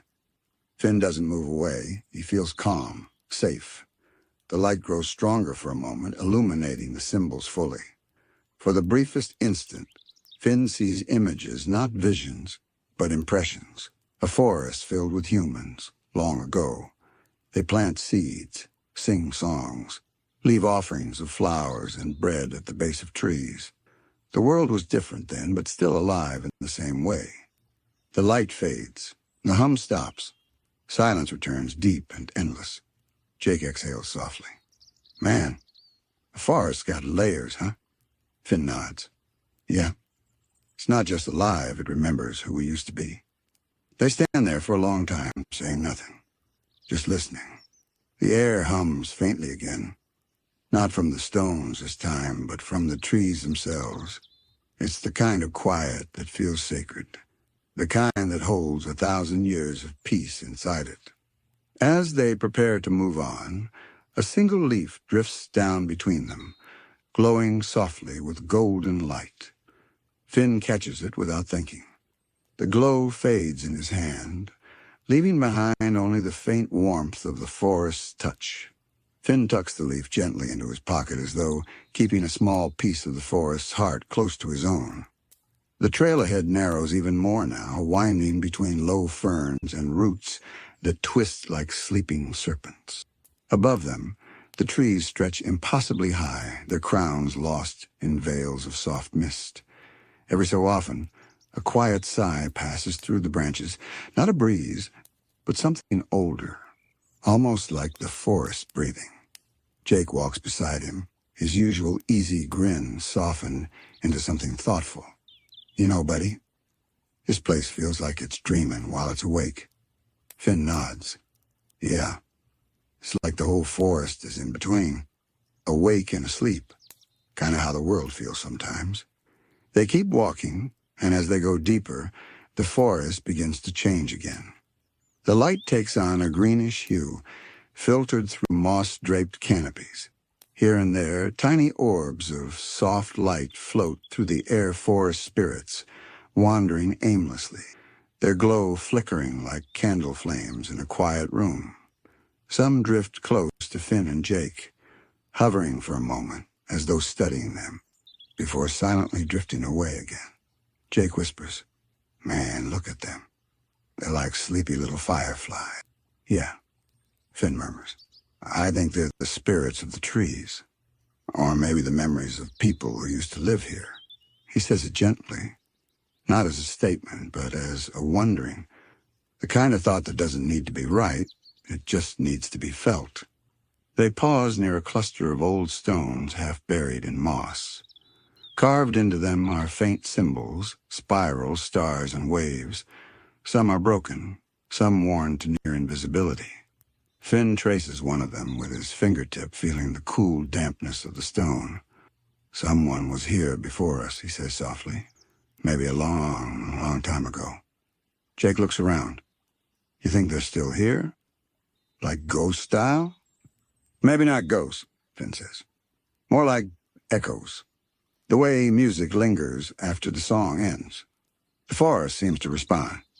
A breeze passes through, carrying the scent of rain and earth, and with it comes a faint sound, a soft melody, distant and familiar. It's almost like humming." Finn and Jake exchange a glance, both silently agreeing to follow it. The sound leads them to a glade where the light opens up. Sunbeams filter through the canopy, scattering across the ground like liquid gold. At the center stands a small pond, clear as glass, with lilies floating lazily across its surface. A figure kneels beside it, translucent, shimmering faintly with light. It's a spirit, shaped like a young woman, made of mist and moonlight, her form flickering at the edges as though caught between worlds. She hums softly, her voice blending with the sound of the leaves and water. The tune is haunting yet gentle, carrying with it a weight of longing. When she turns toward them, her eyes are calm, not surprised, not afraid, simply knowing. Finn steps closer, his voice barely above a whisper. "Hi." The spirit tilts her head slightly, and her expression unreadable. When she speaks, her words are soft as falling rain. "You walk kindly through the forest. It remembers you." Finn blinks, caught off guard. It remembers me?" The spirit nods. "The boy who carries light through the ruins. The one who listens when the earth speaks." Jake mutters, "Whoa, that's kind of spooky, but also sweet." The spirit's eyes drift to Jake, and a faint smile crossing her lips. "And the shapeshifter who laughs, even in sorrow. You both belong to Oo's dreaming heart." The air grows still, like the world itself is listening. Finn takes another step closer, his tone gentle. "Who are you?" The spirit looks toward the pond. For a long time, she doesn't answer. Then she says, "Once I was a guardian. When the war ended, and the world went quiet, I stayed to keep the balance. But time here is soft. The forest keeps what it loves." Her voice fades as if the forest itself is absorbing her words. Finn's expression softens. "That sounds lonely?" "Not lonely," she says with a faint smile. "Just eternal." Jake folds his arms. "That's both cool and kind of sad." The spirit rises slowly, her form rippling like smoke in water. "The forest holds peace because it remembers pain. It sleeps, but it dreams of those who walk gently. You should go before the dreaming deepens." Finn hesitates. "Will we see you again?" The spirit's gaze lingers on them both, kind and wistful. "Every time the wind sings through the leaves, I am there. Every time you listen, I am near." Then, with one last shimmer of light, she fades away, her form dissolving into hundreds of tiny, glowing motes that drift upward into the canopy. The pond ripples once, then stills. For a long moment, neither Finn nor Jake speaks. The quiet feels sacred again, but in a different way now, not heavy, but full. Finally, Jake whispers, "Man, that was beautiful." Finn nods slowly, eyes still on the pond. "Yeah, like the forest just told us a secret." They both sit down at the water's edge, not to rest exactly, but to listen. The forest hums softly around them again, the kind of sound that isn't made by wind or animals, but by something deeper, a pulse, a memory, a promise. In the reflections of the pond, the trees seem to move in slow rhythm with the sound. Finn closes his eyes, feeling the peace settle into him like sunlight soaking into his skin. For a brief, quiet moment, everything feels connected. The trees, the spirits, the forgotten ruins, the heart of Ooo itself. As the two friends rest by the pond, the forest begins to shift again in its quiet, unhurried way. The glow of the mist fades into a softer hue, and the light filtering through the trees takes on a deeper tone, gold turning slowly to amber, amber to rose. Afternoon in the forest carries a special stillness, as if the world itself has taken a slow, deep breath. Finn sits with his knees drawn up, watching the reflections ripple faintly across the surface of the water. Every time a leaf drifts down, it lands so softly that it doesn't even break the surface tension. It simply rests there, rocking gently as if the pond were cradling it. Jake leans back on his elbows, eyes half closed, his voice calm and lazy. You ever think about how many places like this are out there just waiting for somebody to wander through? Finn smiles faintly. Yeah, makes the world feel endless again. For a while, they simply exist like that, two quiet souls among the breathing roots and sighing leaves. Somewhere above them, a flock of dream birds passes, their calls echoing softly through the canopy. The sound is distant, but it trails a strange melody, one that feels both ancient and familiar. Finn tilts his head, listening. Hey, that song? Jake nods slowly. Yeah, I hear it too. Sounds like a lullaby. And it does.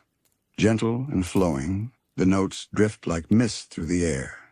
Finn hums along unconsciously, matching its slow rhythm. The song reminds him of things that don't have words: warmth, safety. The way the stars used to look when he was a kid sleeping on the roof of the treehouse. When the last echo fades, Jake finally opens his eyes. Yeah, you ever get the feeling this whole forest is just trying to tuck us in? Finn laughs softly. Yeah. Maybe it's trying to remind us to slow down, to breathe. Jake stretches, yawning, then looks around. You think that spirit's still watching us? Maybe, Finn says, gazing toward the treetops. But I think that's the thing about spirits. They're not watching from far away. They're just part of it all. You, me, the trees, the light. Everything's connected. Jake's tail flicks lazily against the moss. Man, that's deep. You been reading Princess Bubblegum's science diaries again? Finn grins. Nope, just thinking. The air around them grows warmer as the afternoon deepens. The forest light shifts again. Dappled shadows move slowly across the ground, turning the moss from gold to green, and then to muted blue as the sun begins to slide toward the horizon. The spirits have grown fewer now, their lights dimming like candles being gently snuffed out one by one. Finn and Jake decide to keep walking. The forest seems to guide them not with paths exactly, but with a quiet pull. The sense that one direction feels more right than the others. As they move, they pass a stream that runs over polished stones. The water sings softly, each note echoing like a lullaby of its own. They stop to drink, cupping the cold, sweet water in their hands. It tastes clean, older than anything that should still exist in a world rebuilt from ruins. Jake looks down at his reflection, the ripples stretching his face into strange shapes. Man, it's weird to think this water's been here forever, like maybe even before the Mushroom War. Finn wipes his mouth and looks at the stream. Yeah, it survived everything. Maybe the forest's way of healing is just staying alive quietly. They follow the stream for a while until it widens into a shallow river. The trees begin to thin, and the light ahead grows stronger. They're near the forest edge now, where the world opens up again. Before stepping out, Finn stops and turns back. The forest behind them sways gently in the wind, branches whispering softly against each other. The light filters through in golden shafts, and for a moment, Finn imagines the spirit still there, her form woven into the glow, smiling faintly. Jake notices him staring and says quietly, "You saying goodbye?" Finn nods. "Yeah, feels like we should."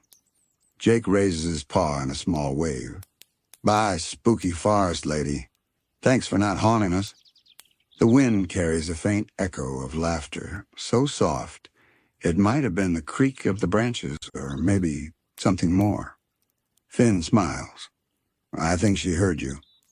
Together, they step out of the forest, and the sunlight washes over them. The air feels lighter, warmer. Behind them, the edge of the woods hums faintly, as if the entire forest is sighing in contentment. Not an ending, just a quiet continuation. Ahead lies a wide meadow stretching toward the distant Candy Kingdom. The grass ripples like waves, and tiny motes of pollen drift lazily in the air, catching the sunlight like floating stars. Jake takes a deep breath. Man, the air smells sweet out here. Finn looks up at the sky where clouds drift slowly across the fading blue. It's like the whole world's winding down for the evening. As they walk through the tall grass, the light begins to turn softer again, shifting toward the warm pinks and purples of early dusk. Somewhere behind them, the forest keeps singing a sound too faint for most to hear, but not for them. It's a lullaby, sung by the spirits in the wind, echoing through the memory of Ooo. And as the last of the sunlight brushes the tops of the trees, Finn glances over his shoulder one final time. The forest glows faintly, as if bowing in farewell. In that light, it feels alive in the truest sense, not just a place, but a presence. He smiles, whispering under his breath, "Thanks for the dream." Then, with the peace of the forest still lingering in their hearts, Finn and Jake continue their slow walk toward the golden horizon, two friends in a world that remembers, beneath skies that never stop dreaming. The air hums softly once more as the first stars appear in the sky. Ooo drifts gently toward twilight. The warmth of the day fades slowly as Finn and Jake wander through the last stretch of the glowing meadow. The sun has dipped low enough now that the horizon burns softly in colors of molten orange and dusky violet. The air feels heavier here, filled with the faint scent of ash carried from the direction they're walking toward the Fire Kingdom. The light grows warmer with every step. The sky above them begins to blush with shades of red, the clouds edged with gold as if kissed by embers. In the distance, the silhouette of the Fire Kingdom rises like a mountain of glowing glass.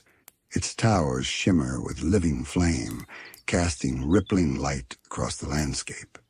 Molten rivers flow through the canyons that surround it, lighting up the dusk like veins of liquid sunset. Jake stretches his arms lazily as they approach.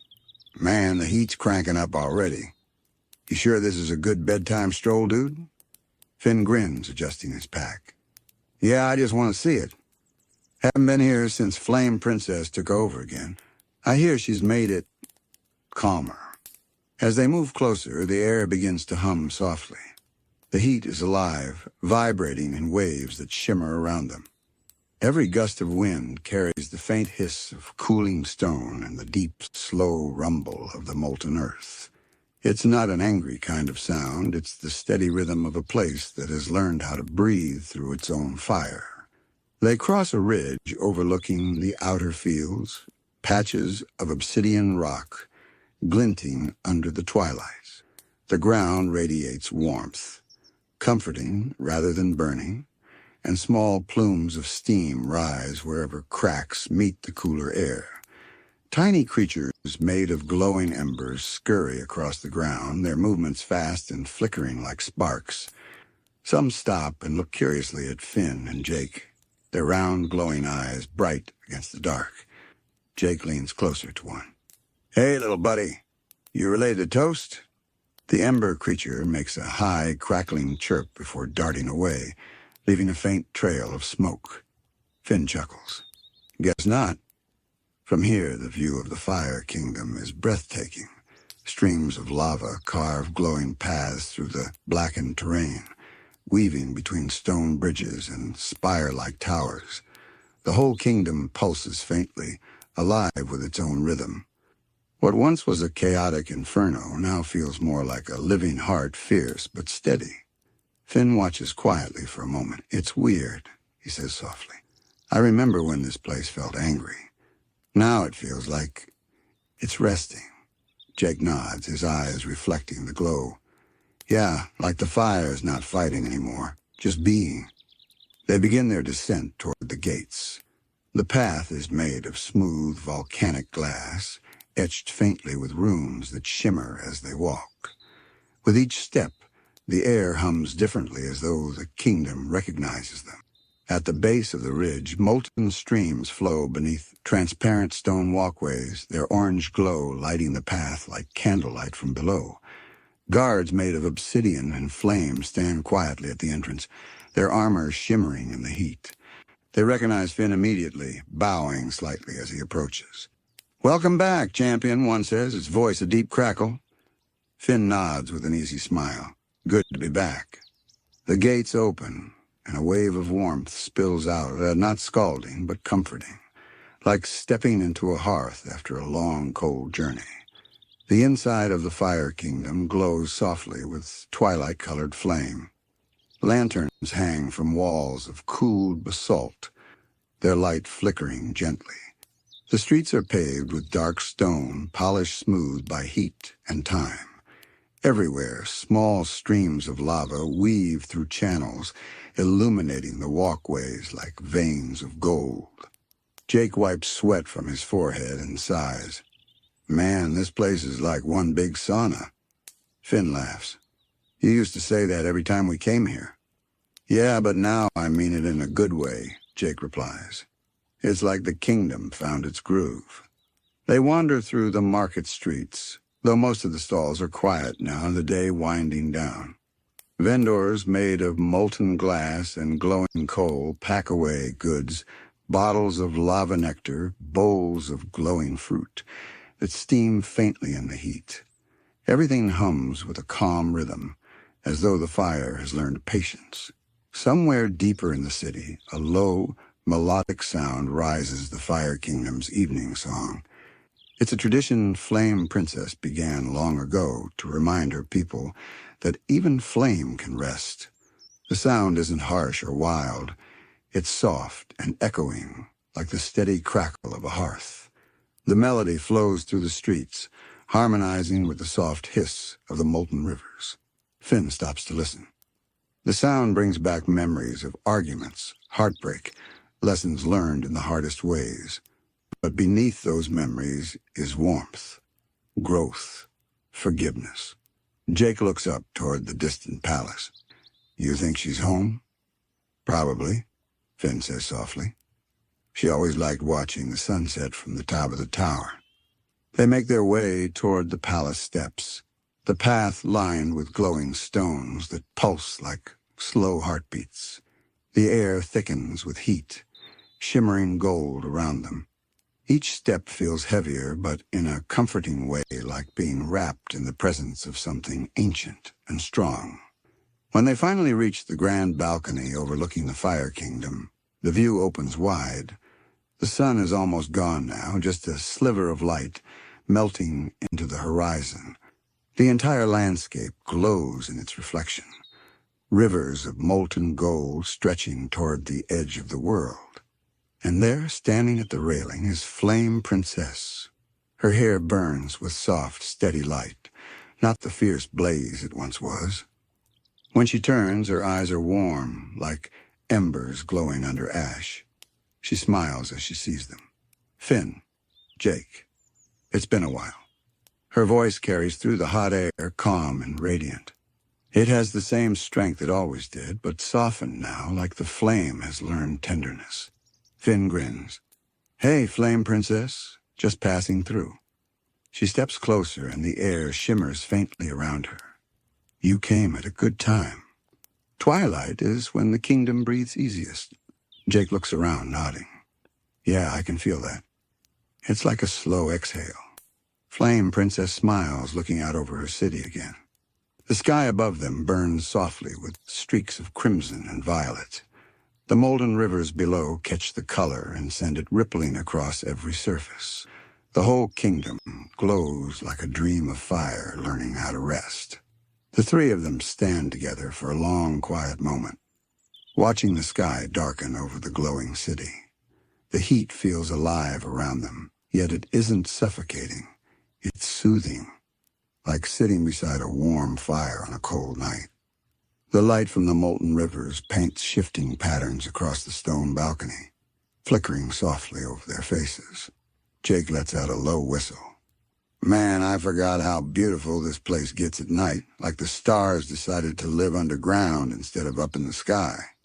Flame Princess smiles faintly, her hair flickering brighter for a moment.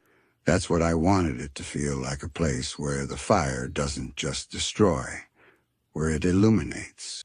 Finn looks over at her. You really changed this place. It feels peaceful now.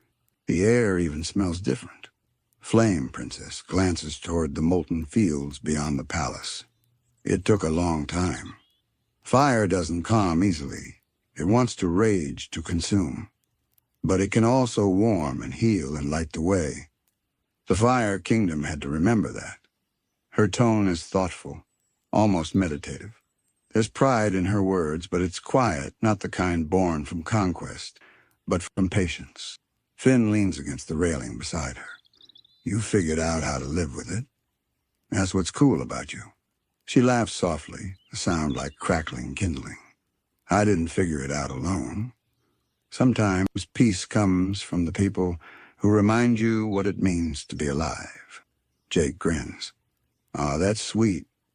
You're talking about us, huh? Flame Princess smirks. Maybe. The warmth between them isn't just the heat of the air. It's the warmth of old friendship.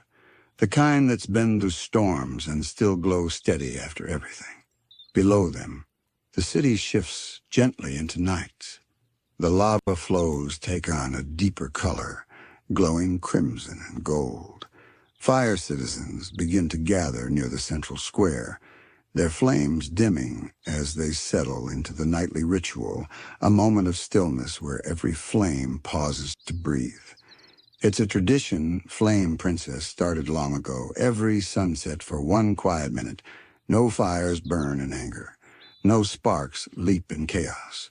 The entire kingdom just glows softly, in unity. From above, it looks like a sea of quiet embers, 1,000 tiny lights pulsing in unison. Finn watches, mesmerized. It's beautiful, he murmurs, like the whole kingdom's heartbeat. Flame Princess nods. It's easy to forget that fire can be gentle. It's wild, yes, but even wild things can choose stillness. Jake scratches his head. Man, that's deep. You sound like tree trunks when she gets all wise after tea. Flame Princess laughs again, the light from her hair flickering golden against the balcony. Maybe the world just teaches us all the same lessons in different ways. The air hums faintly, not from heat, but from the low melodic sound that rises again from the heart of the city.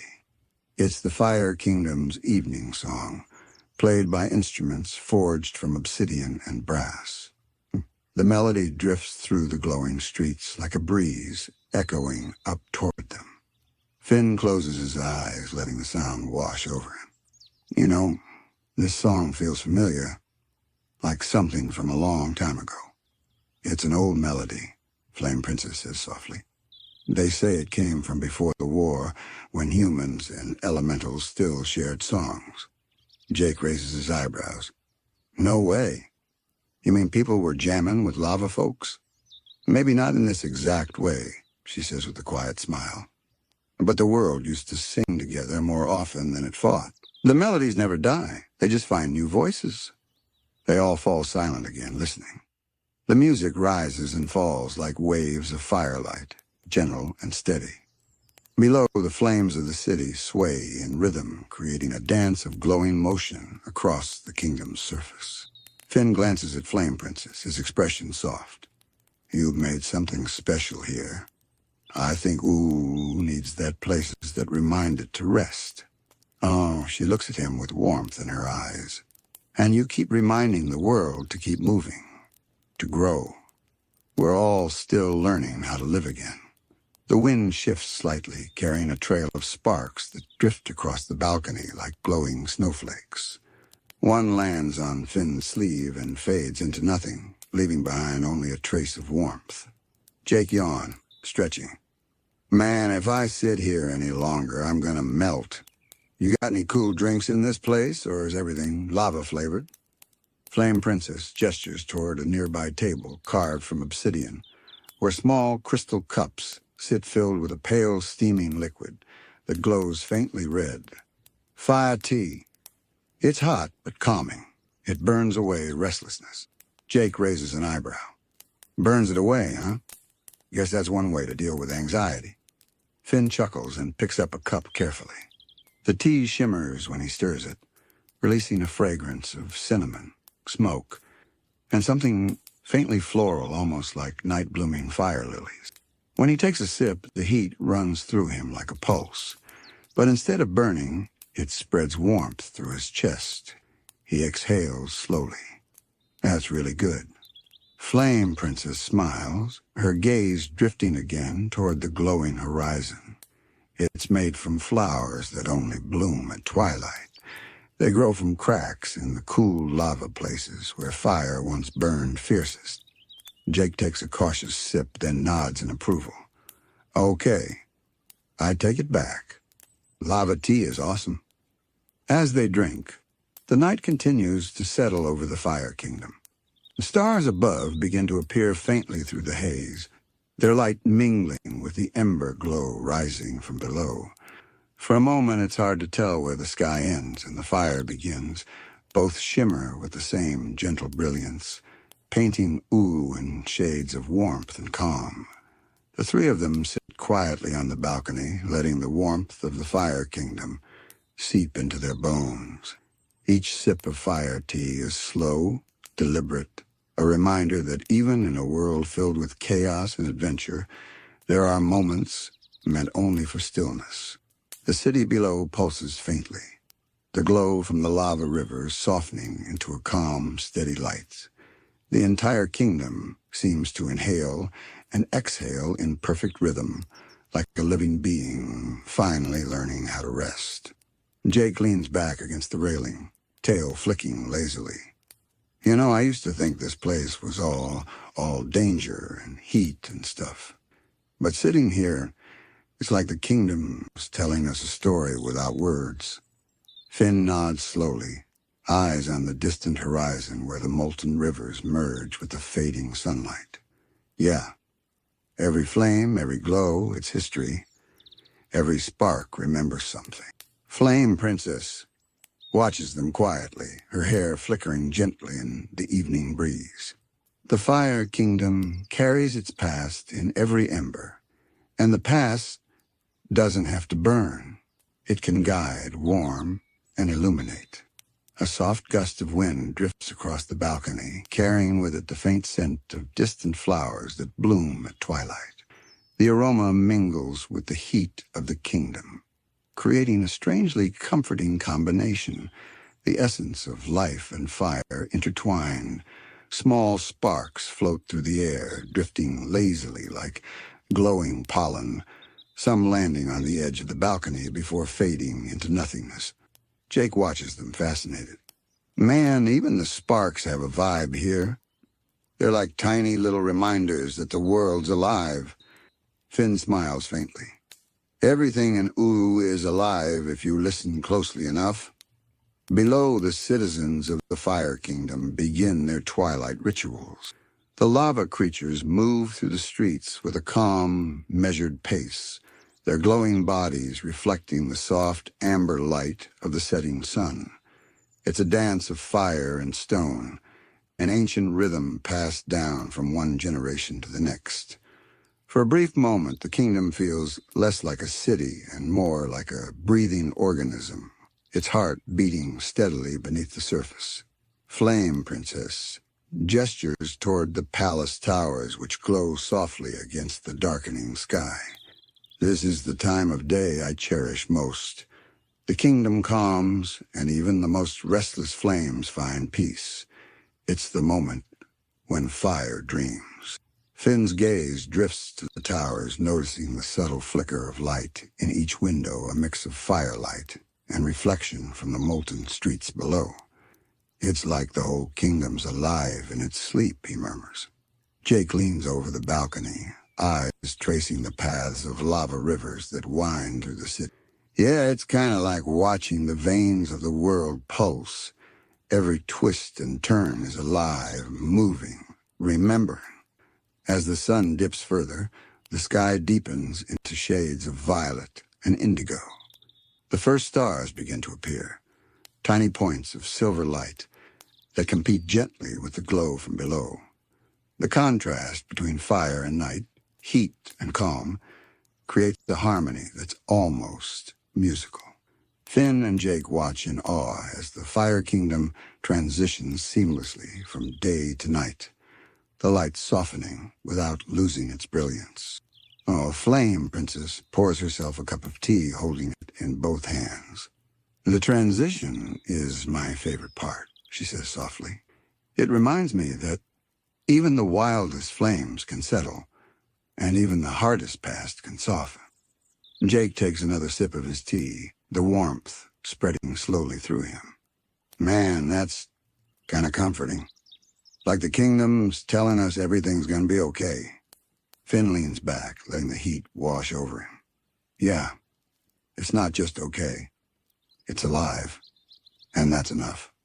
The wind picks up gently, rustling through the nearby obsidian towers. It carries faint echoes of old songs, melodies from a time before the current kingdom, perhaps before humans and elementals walked together.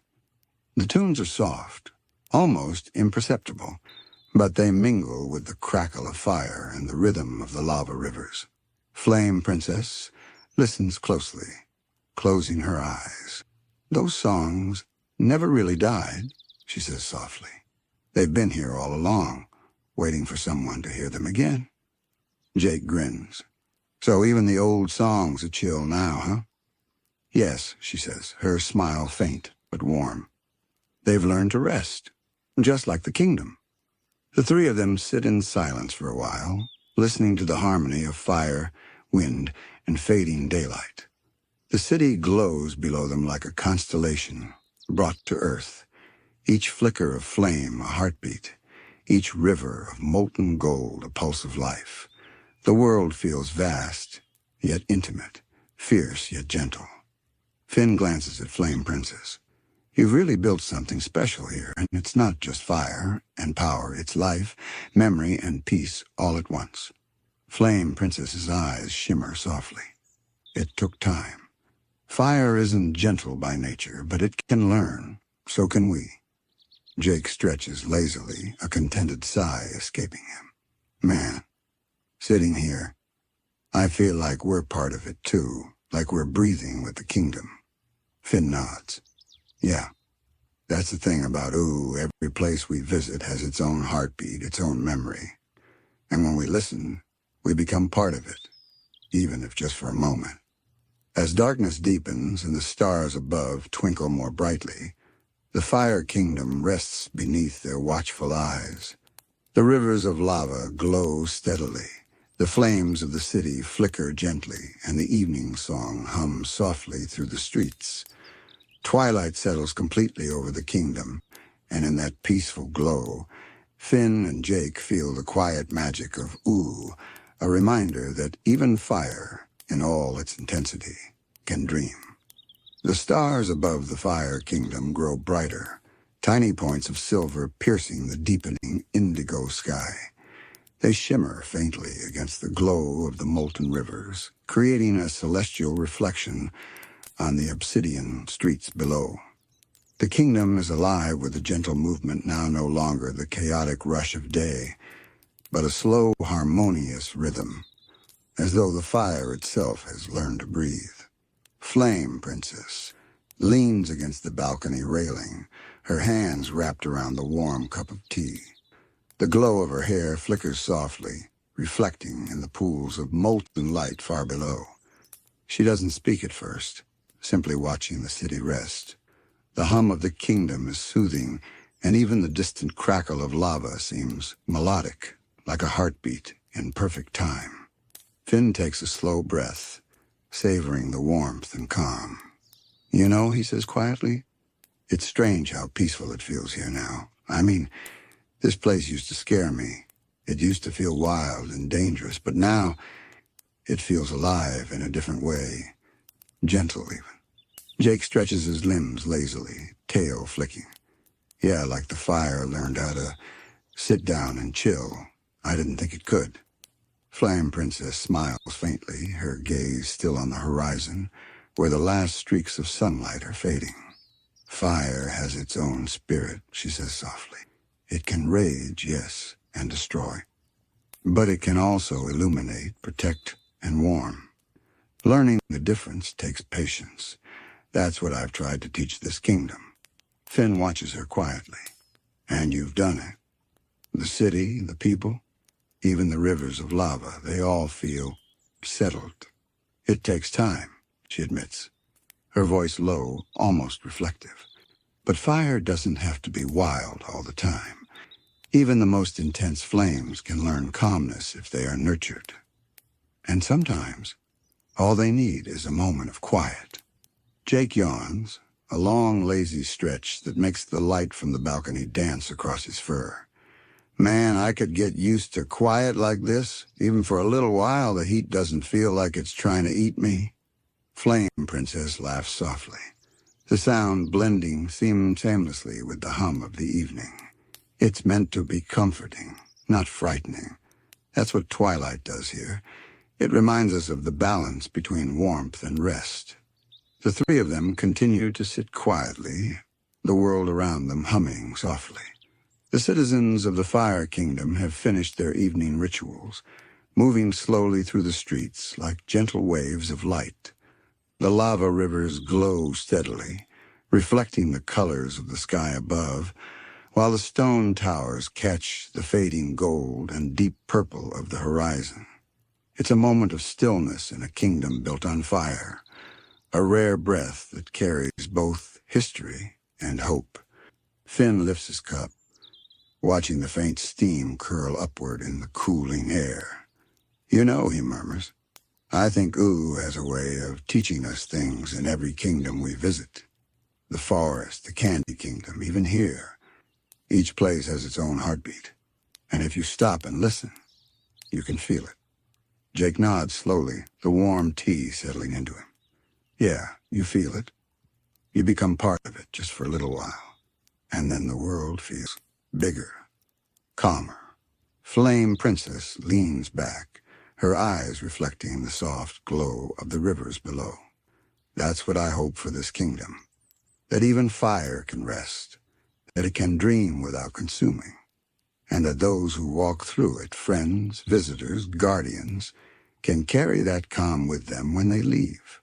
Finn smiles faintly, looking toward the horizon where the last light of day fades into deep violet. "It's a kind of magic I didn't understand when I was younger, but now I get it. The magic isn't in the fire burning, it's in the fire learning to be gentle." Jake folds his arms, watching the glow of the lava rivers as they wind through the streets. "Man, I've seen some wild stuff. Crazy monsters, giant ghosts, so cosmic being. But this quiet magic, it's something else." Flame Princess places her cup down and leans on the railing, looking at them both.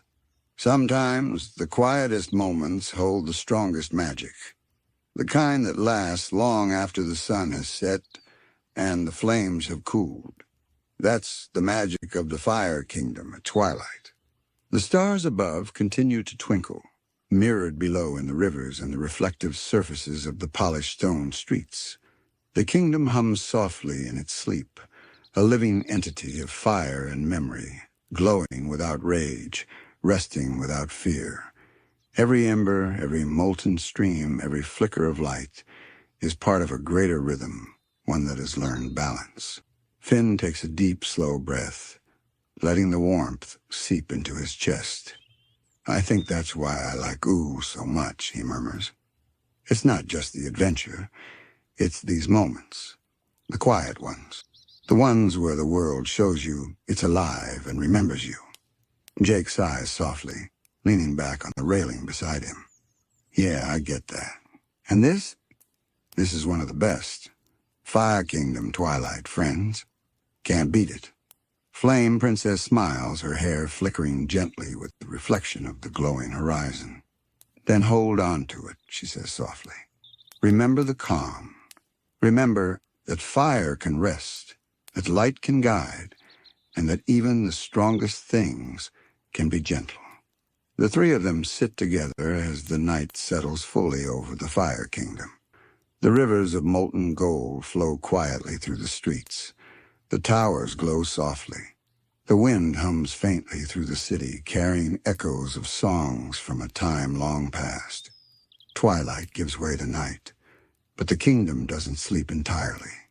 It rests, and in that rest, there is peace. Finn leans back against the railing, eyes half closed, letting the warmth and calm of the Fire Kingdom fill him completely. Jake curls up beside him, tail flicking slowly, content. Flame Princess stands quietly, watching the glowing city below, her presence as gentle and steady as the fire she commands. And in that quiet, in that glow, Ooo teaches another lesson that even the fiercest fire can learn to dream.